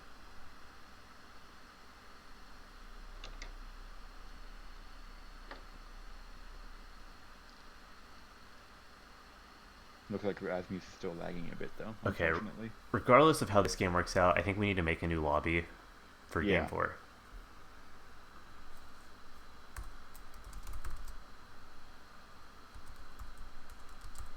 Oof. Hopefully we can at least get through this game. Yeah, I think I'm scooping here. Stoke the Flames is not going to do it. Yeah. So a little bit of hiccup from Rasmus's side on that one turn with Kalidas, but Right. even through that, this has been a pretty easy win. Well, there was definitely some moments where Ethan was very far ahead. Yeah. A lot of people think these two decks are the best two decks in the format. I think it's kind of hard to argue against it. However, I'm not completely sold that that's the case. But regardless, these two decks are both incredibly strong. Yes, they are definitely among the top. And if you're going to be trying to brew together a deck in Frontier, I think you have to be prepared for both of these decks. Yeah, if you build a deck that can't beat either of these, it's probably not worth playing right now.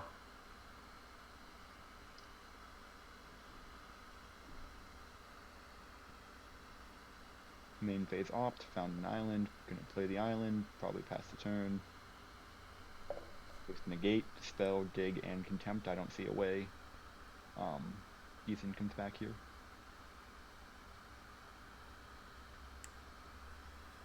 Land and scoop. Okay, cool. Well, he hasn't scooped yet, but that's got to be a scoop. Yeah. So Rasmus is now up a game with a chance to take the game-winning game in Game 4.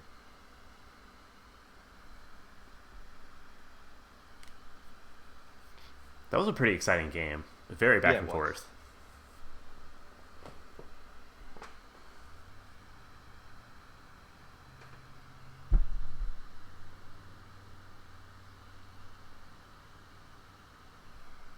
So one more time, what did Rasmus bring in through the sideboard? He said that he took out 3 Disallow, 2 Essence Scatter, 2 Search, a Gearhulk, brought in all 3 Ace of Born, both Cletus, a Dispel, and both Negate. Cool. Ethan did not share anything of how he sideboarded. I'll try to get that out of him. I mean, we know he brought in Chandras, and we know he brought in Hostile Desert. I mean, they are sideboarded, so they can very well change that.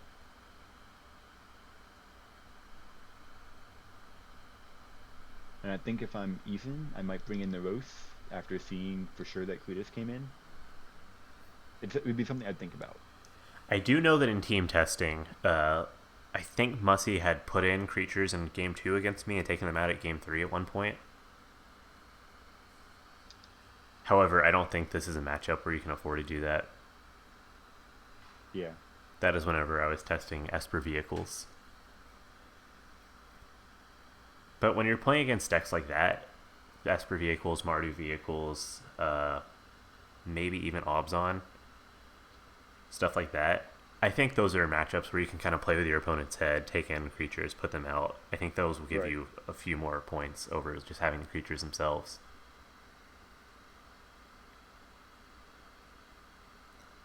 Now we're just waiting on Rasmus to join the game, and then we can join, and then we'll be underway.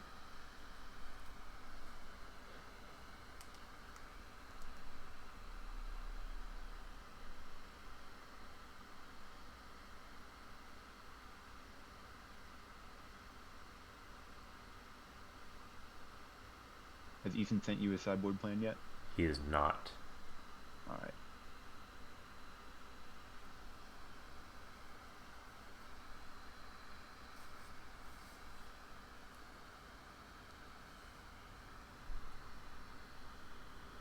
Excuse me for 1 second. I'm gonna go turn on my heater as it's slightly too cold to leave it on.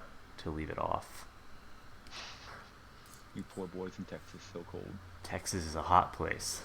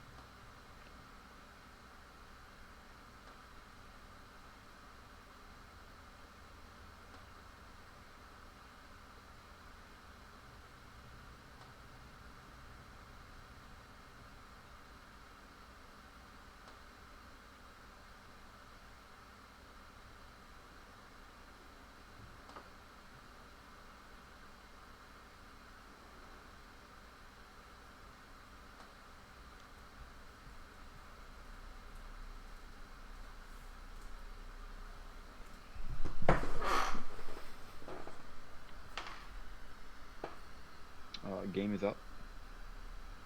What's that? Game is up. Cool. Looks like they're sideboarding right now.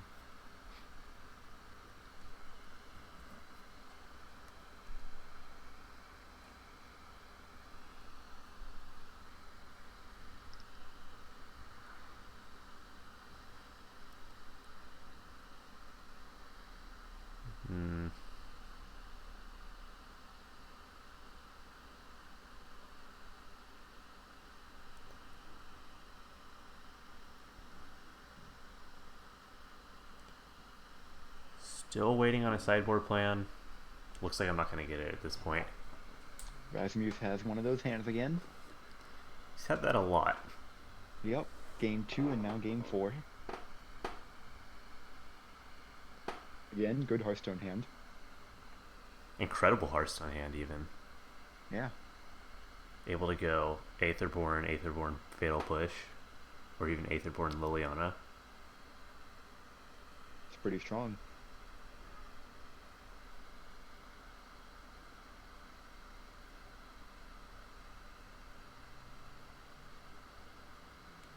Meanwhile, from Ethan, we're going to be finding out in just a moment.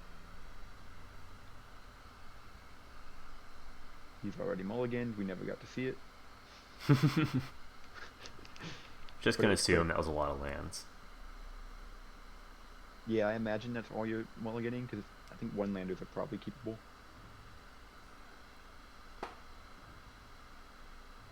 Wow, Musty's going to mulligan. I can't believe Rasmus would get rid of that incredibly good 7-card hand. I think that 6 is fine. Yeah, it's kind of slow. He has one removal spell at least to interact in the early game. And he already has 2 cards in his graveyard between the fetch and the grasp. Possibly Field of Ruin for 3.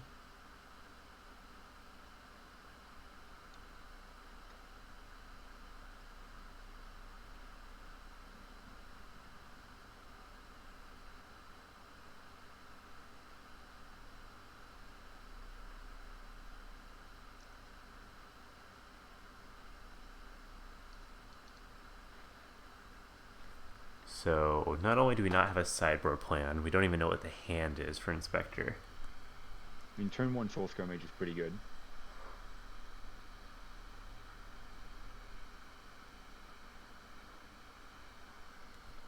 Okay, that's a good hand. I mean, he hasn't revealed it to me yet. There we go. Okay, that's a pretty good hand. Getting it in for 2 damage on turn 2, that's pretty good. I think we're going to see Copter here. Yep. Yep. Drawing land is pretty good. If I think you just want to get to Chandra.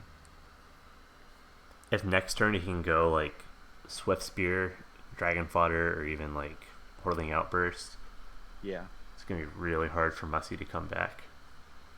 I mean, he'll be able to grasp the Copter, but yeah, Dispel is not looking great right now. Yeah, gotta agree with that.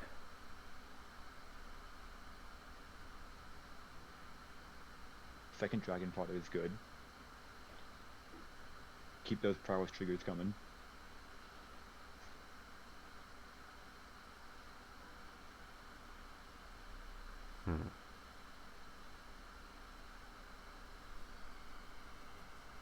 Definitely slamming and jamming with Copter and my Mage.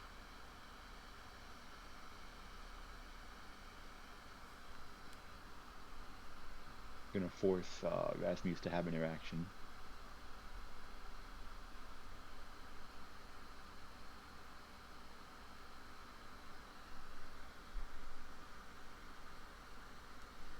And yep, we're gonna see Grass clean up the Copter, but this Soul Scar Mage is gonna get in quite a bit of damage over the course of the next few turns. Yeah.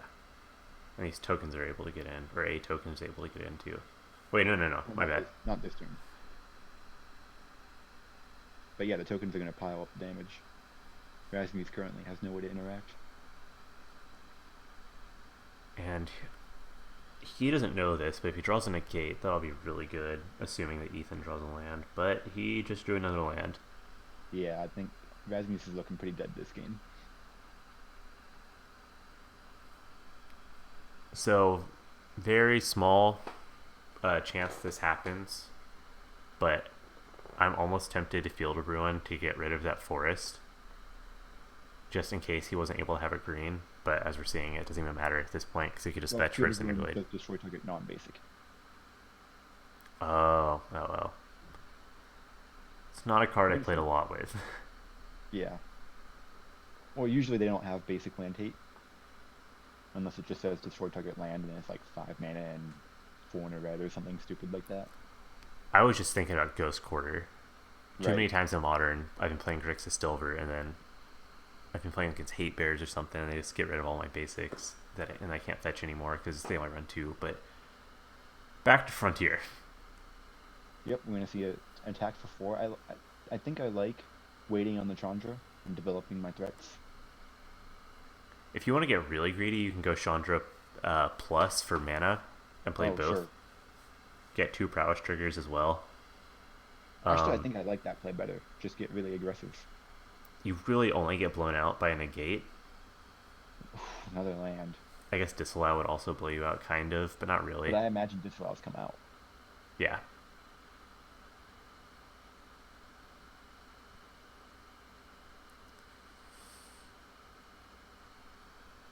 Fetch for Cinderglade, because that's all one sweat piece can get.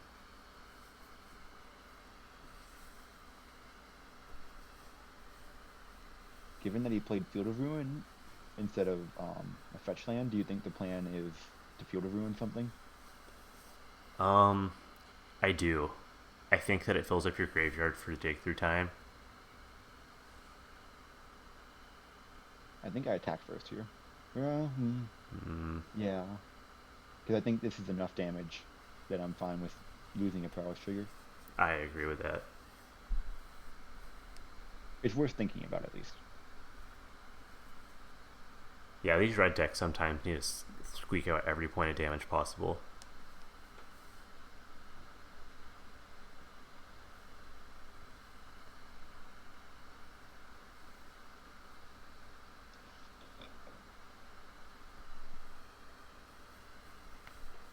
And I'm not Oh, he's passing a turn. Interesting.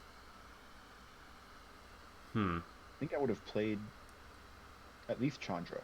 I can understand not playing Horde the Outburst to play it around Languish. Languish. At the same time, though, I think I would have Languished the previous board if I'm in Rasmus's seat. Yeah, and if you play Chandra, he puts Rasmus on a very, very short clock where he needs exactly Languish or Kalidas to win. But even Kalidas Well, won't do it because Chandra will well, just minus on Kalidas. right, but then Languish doesn't do it either because Chandra's still on board. I think that's why I like playing Chandra there because it puts my opponent where Chandra doesn't or Languish doesn't do it. Where here Languish, because I'm losing one turn of Chandra, Languish does a lot more. Yeah, if Rasmus can go like Languish and then find a Vraska's Contempt, he's back in the Yeah, game. but instead he just finds another land. Okay. Well, if we didn't see Chandra last turn, okay, he's just gonna scoop. Yeah, Going yeah, to I think game this actually makes 5. sense. Well, that was a quick one. That's what Atarka Red does. All right, Got all the way to the finals. Got all the way to the final game. and we've had some pretty solid games. I Yeah, mean, that last last game was game was really pretty good. good. This game, a little less, and I think game 2 was rough. And game 1 started off okay.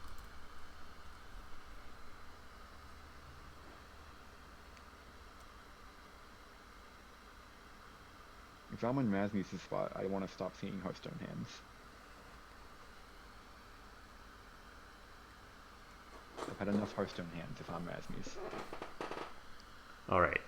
So after we've seen the way that these games unfold, who are you favoring in this final game? Well, Rasmus is on the play.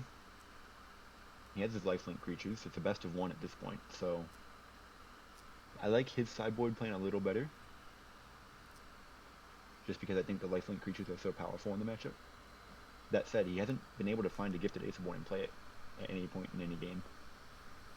Yeah, it's true. So maybe if Ethan can continue to dodge Aetherborn while continuing to draw um, his Chandras, I think he has the edge. It looks like Rasmus has decided he doesn't like Dispel anymore and wants one Disallow back. I think I agree with that, given what Ethan has brought in from the sideboard. Have we seen any burn spells in the sideboarded games? We've seen.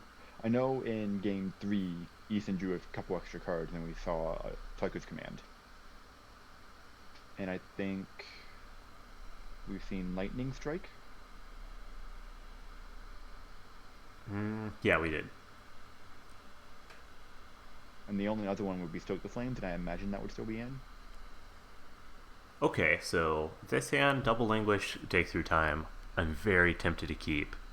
It could backfire easily, but Meanwhile, from Ethan, we are seeing Roast. alright, keeping a one lander, but gonna be on the draw, and he has a scry. Will probably work out. Well, his first hand was a one-lander, but it had basic force instead, Yeah. which I think the hand was fine if that had been a red mana source. And I think using the trick of getting rid of your best card, if you would still keep this, if you were to mulligan, I think you would keep a 5-land hand where you got rid of your best card with this hand. So I think this is a good one-lander keep. Yeah. Found a second land. It's off to the races.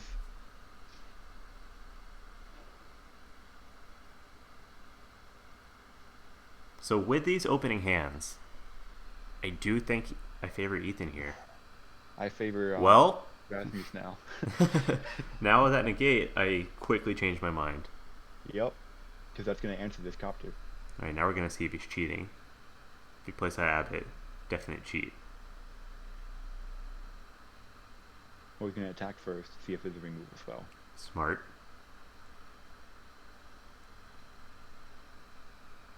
And we're going to slam this copter, and it's going to get countered. Alright, so next turn, probably going to see Abbott hope to hit a land, Swift Spear. And I think you have to do that. Yeah.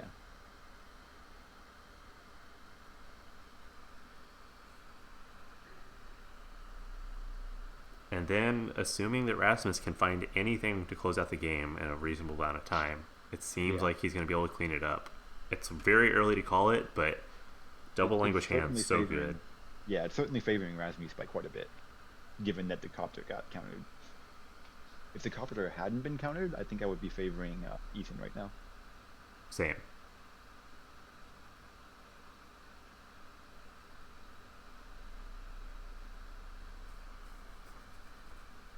Oh, and a Kalidas.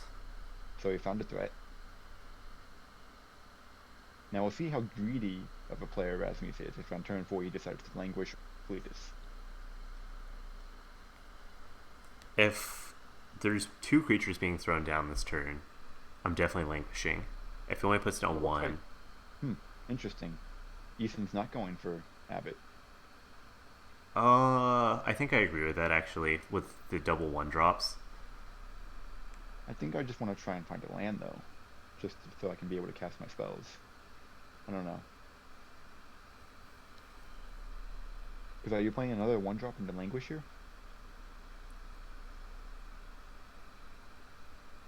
I think with his hand, you kind of have to risk that. I don't think you can win without committing to the board.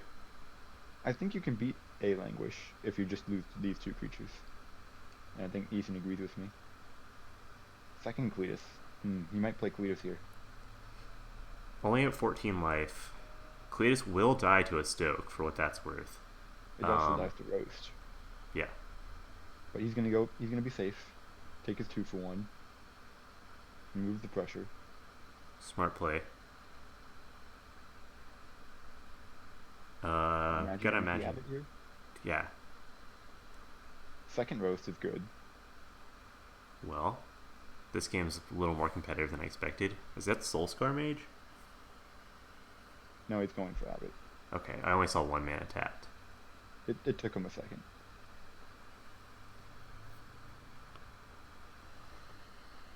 Missing a land. That's fine, I think. So Erasmus probably going to play Cletus here. Probably going to get roasted. Yeah. Get roasted, take 3 damage, go to 11. Probably play Cletus again the next turn. Get roasted again, take 3 more, go to 8. And then you're not in the worst position in the world, but if you're... Ethan finds a land, it's Soulscar Mage as well. You found a land.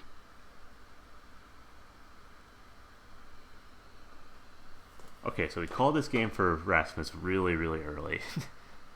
Not necessarily I called mean, it. We just favored him very heavily, and I still do favor him. It's just he needs to find a finisher. which he should be able to do. He has quite a few cards in his graveyard, or he will after this next Well, Cletus he also goes. has to dodge a couple of burn spells as well, because he's going to start getting low enough where that's relevant. And Ethan's being very conservative, not even playing Soulscar Mage here. Uh, how do you feel about that play? I think since I've already seen a Languish, I think I would have played my one drop. I'm not certain that's correct, but I would have played my one drop. Those are my exact feelings. So how many cards are in the graveyard? 4. So he will have enough to play Dig Through Time as well if he goes to Cletus here. That does force him to fetch a couple of times, and he's been using his Urborg to not fetch because right now his life total is very valuable. I think it just makes him fetch once, right? Well, once Cletus dies. Yeah.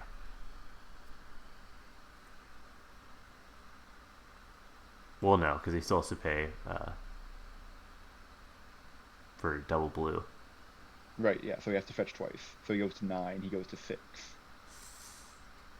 I still think it's worth it. Maybe. I Tough think call. you have to. It's just very dangerous. I don't think you can afford to not to, though. Because you need to fetch at least once just to have double blue. Yeah. A sideboard roast, though. Getting in some work.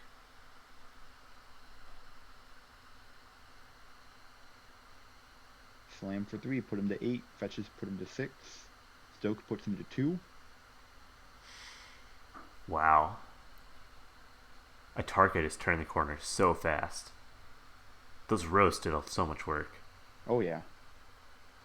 Do you think he put him in this game, or do you think he's just not drawn them in the sideboard games? Well, we know Rasmus has brought in his Gifted Ace of One, and he hasn't seen those, so it's probably just as likely that we haven't seen them yet.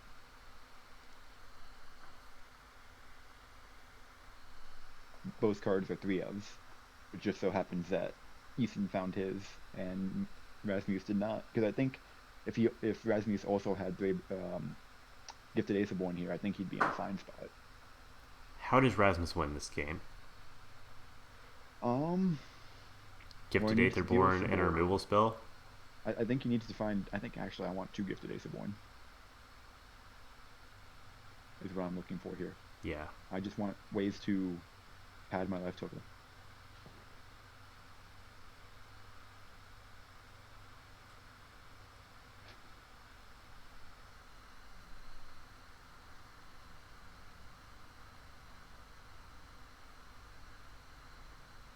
I imagine we see Dig, and I'm looking for Gifted Ace of One. Maybe a Vraska's Contempt. I'm Play kind it of on tempted to. Chandra. Yeah, I'm kind of tempted to take the Vraska's Contempt. I think Ace of One and Contempt is what I want. Yeah, I think that's almost ideal. You have an answer to Chandra, and you have something that can deal with any ground creature, gain you a bit of life.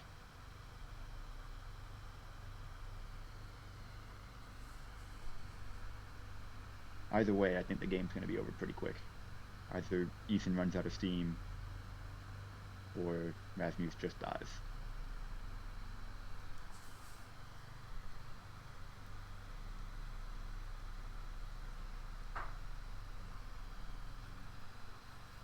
Is he updating you at all with the dig through time? No. I know some of our players like to do that. I don't really expect it. It's kind of a lot to do while you're like making a decision. Yeah. Worth noting, he was able to leave a Cletus in his graveyard, so Liliana that Cletus is something he can do. Mm-hmm. Yeah, and if he can go Lily on a land.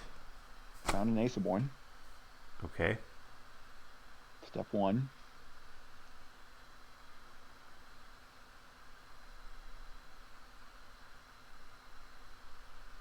And he found Contempt. All right.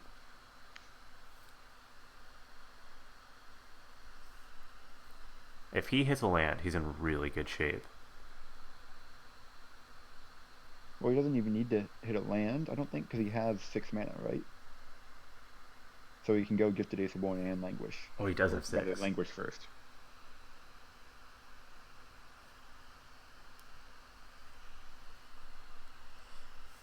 Man, this is such a close game. And then if you're Ethan, do you stoke the Gifted Aetherborn? I think you have to, as long as Yeah. he doesn't languish. If he languishes, then it kind of changes it. Opt. Well, I think you Languish first as Rasmus. Get your value out of it. Or I guess not. I guess you're this way you're playing solely against Chandra and just I think that's the best way for Ethan to close out the game at this point. Yeah, I agree with this line.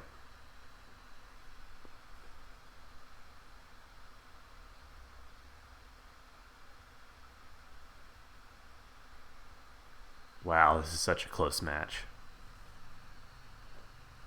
It all comes down to what Ethan finds off the top.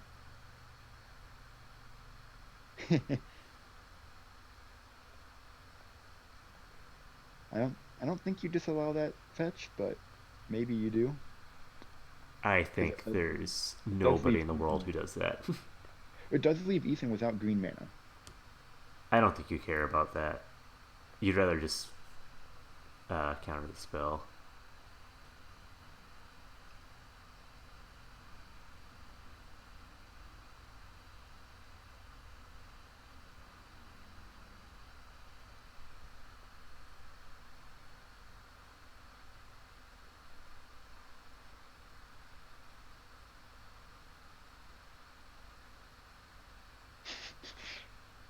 I think Rasmus missed the joke.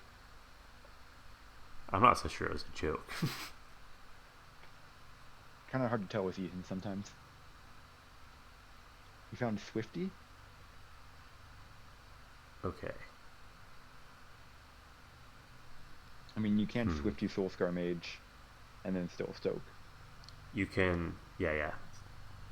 And that leaves you in a really bad place to languish, which he's been playing around all game. Right. He might, I guess, then in his spot, he might just Stoke and then attempt to hit for 3. Probably get contempted at that point. I think you might also Soul Scar Stoke That's fair. if you want to like hedge your bets. Um,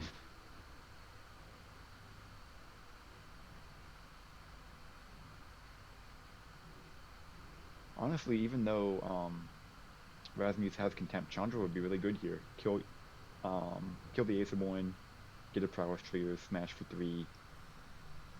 Rasmus falls to 3. Then what do you contempt? he could Probably also, Chandra. And then he goes to 5, then languish away 1 creature, and then I think Chandra probably would still be really good, even though Rasmus has contempt. Stoke the Instead, we're going to see Stoke, Aetherborn. because that's all Ethan has. And Okay. again, playing around second languish. I think this is worst case scenario for Ethan if he stokes Aetherborn, which I think you have to. Well, yeah, you have to. Is it just me or has he not decided yet? He's stoked, and now we're seeing the contempt. Rasmus is about to go to 8. Okay. That's worst case scenario for Ethan. However, he's not out of the game at all. Oh no, not by a long shot. Man, I'm still on Ethan's turn. He's still deciding to stoke. Oh geez, you're lagging again? Yeah. Ugh. Rasmus just untapped. Found a negate. You're gonna opt. Man. Such a bad point to lag, too. Yeah.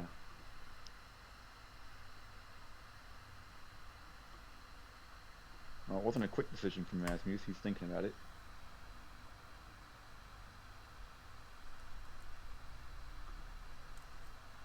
He kept it. It was contempt. Okay, I'm going to try to rejoin the game. And Rasmus passed turn with negate and contempt up with 5 mana. So can't do both.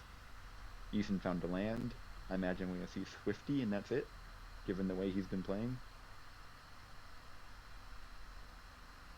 You're doing a great job of detailing the game, by the way, without having visuals. Swifty resolved, and Swifty's now attacking.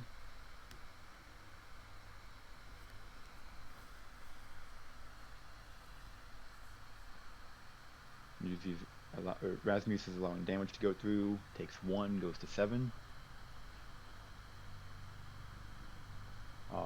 Once Ethan declared no effects, Rasmus decided to fire off the contempt. So instead, Rasmus goes up to 10. I think given that, if I'm Ethan, I'm going to play the Soulscar Mage here. And he is. What a close game. And pass turn. It's 2 mana up, 1 card in hand. So I'm packing in the game. Everything's blank. Still Thraven Inspector's attack phase. Rasmus found Opt off the top.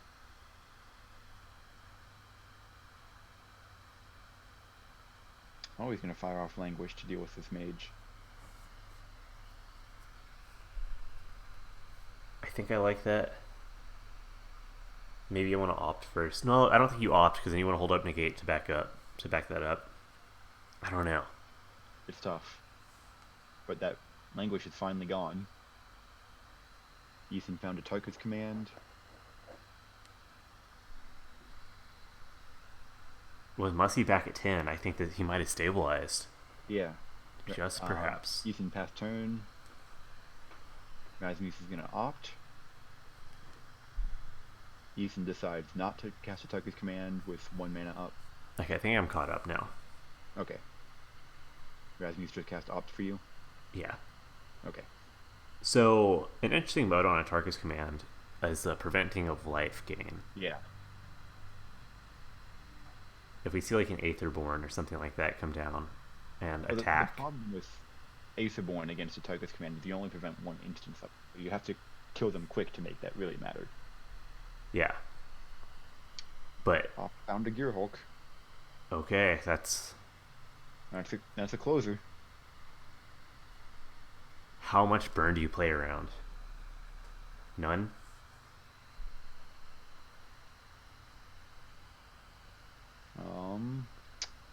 I don't know. Well, end step, I think I'm just slamming Gearhulk, especially since I found a land and still.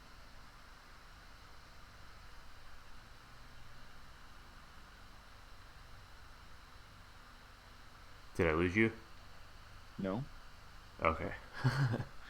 It sounded like you cut off mid-sentence. Nope. Ethan found Lightning Strike. So 6 points of damage. Is at 4. I think you gotta slam Gearhulk. Oh yeah. Yep.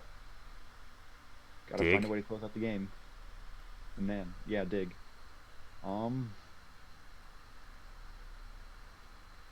If I'm Ethan, I'm firing off both burn spells now. Yeah. I think so. I guess he wants to find a target first, and then think about it.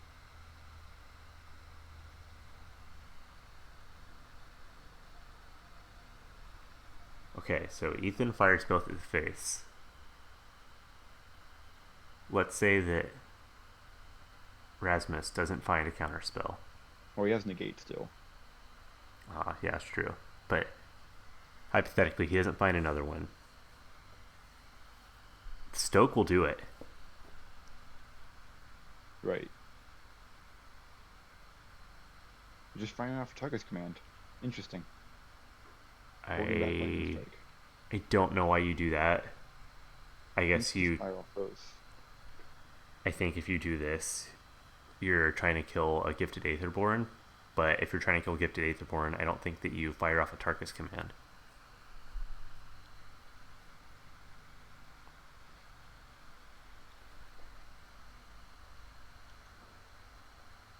I don't know. I think if I'm Ethan, I might even wait till the end of turn to play both spells, try to go both face, and pray that I hit a Stoke. Right. I think that's your only out. Because this Gearhulk's going to be a quick clock. Plus Negate's going to take off a spell. So you need to find 3 more spells.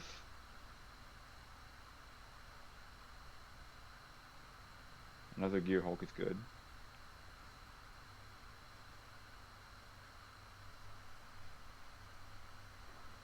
Oh wow, and an Aetherborn.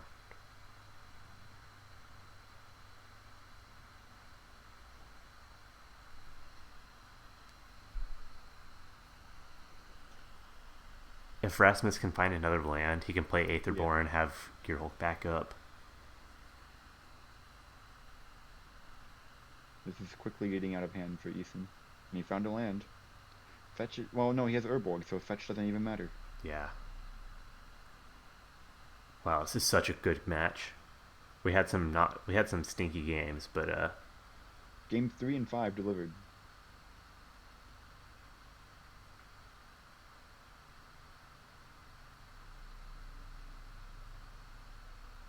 Yep, we're gonna see Aetherborn. I Gets a think Gear Hulk back up. I think And you I think just that's gonna gotta close it. just gotta strike the face. I know like it's not gonna win him the game, but I think in your spot or if I'm in his spot, that's what I have to do. Looks like he's going for Aetherborn. Oh, I think that's playing not to lose rather than playing to win. Yeah. And yeah, if I'm Rasmus, I'm letting that resolve. Yeah, for sure.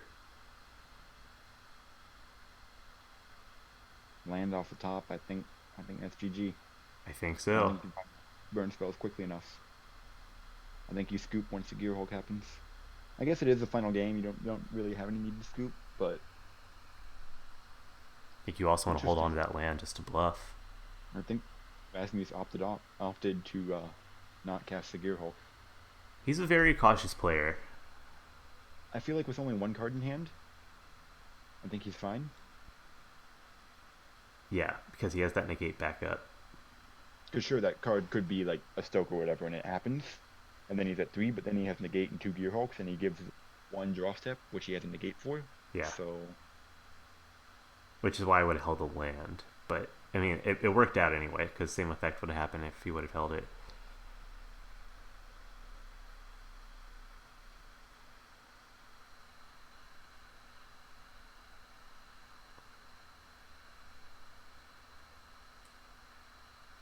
All right, we're gonna see a Ethan's pass. gonna find.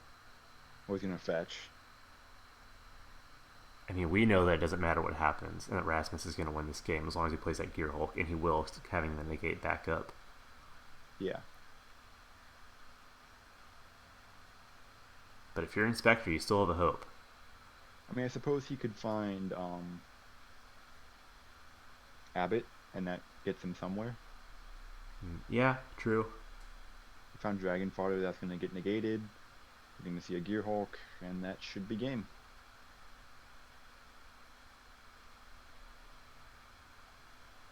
Looks like Mussey's going to win the season 2 of the Untapped Open League. And quite a close match against Atarka Red.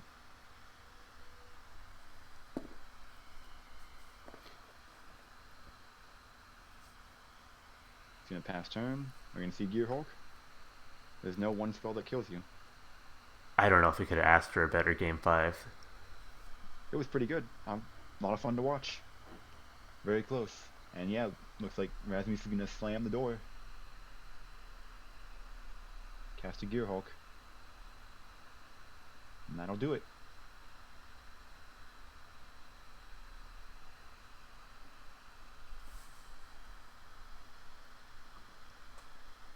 One game. One set. Blue Black Control takes it all. Team Blue Black comes away with the win. And good job to Mussey. He played very well He that whole did. match. He had that one misstep with With Kalidas, but other than where he that, thought. Yeah, I think he thought the land was a 3/3. yeah. And you can't really fault him. Nobody really plays with that. It's Yeah, very that's not a rare. card you see very often. It's only recently, I think, started seeing play in standard with Ben Stark's Desert Red deck. If you didn't see, that got second, I think, at GP Atlanta. Nice, nice. But yeah, it's only recently started seeing play in standard, so it's not a card people are familiar with. Man, that was a great match. And a good way to end the season. Yeah, classic matchup, control aggro. Classic matchup in Frontier, Tarka Red and Blue Black control.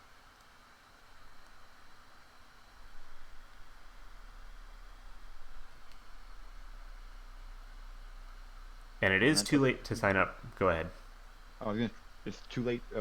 Sorry. It's That's it for season two. Season two's finally come to a conclusion with Rasmus or Mussy on Blue Black Control as your champion. Yeah, and it is too late to sign up for season 3, but we are only in week 1, so you can be sure to catch all the games. We're still streaming, same channel, MTG underscore Final Frontier, MTG underscore Final underscore Frontier, rather, on Twitch, MTG Frontier on Twitter, Magic the Final Frontier on YouTube, and I believe that's all our social media. I think that's all the active ones. There might be a couple more that we don't use anymore, but I'm not entirely sure. Yeah, this was a really great match, and we got more coming this season that we're on right now. Both Topic players. quest from Eldrazi over here. Hmm? What's that? No, nothing. Just making a stupid joke. Okay. All right, well, I think that's going to do it for us. Thanks for having me. Yeah, thanks for joining, Clayton. I'm Taylor. You were watching the Untap Open League on MTG Final Frontier.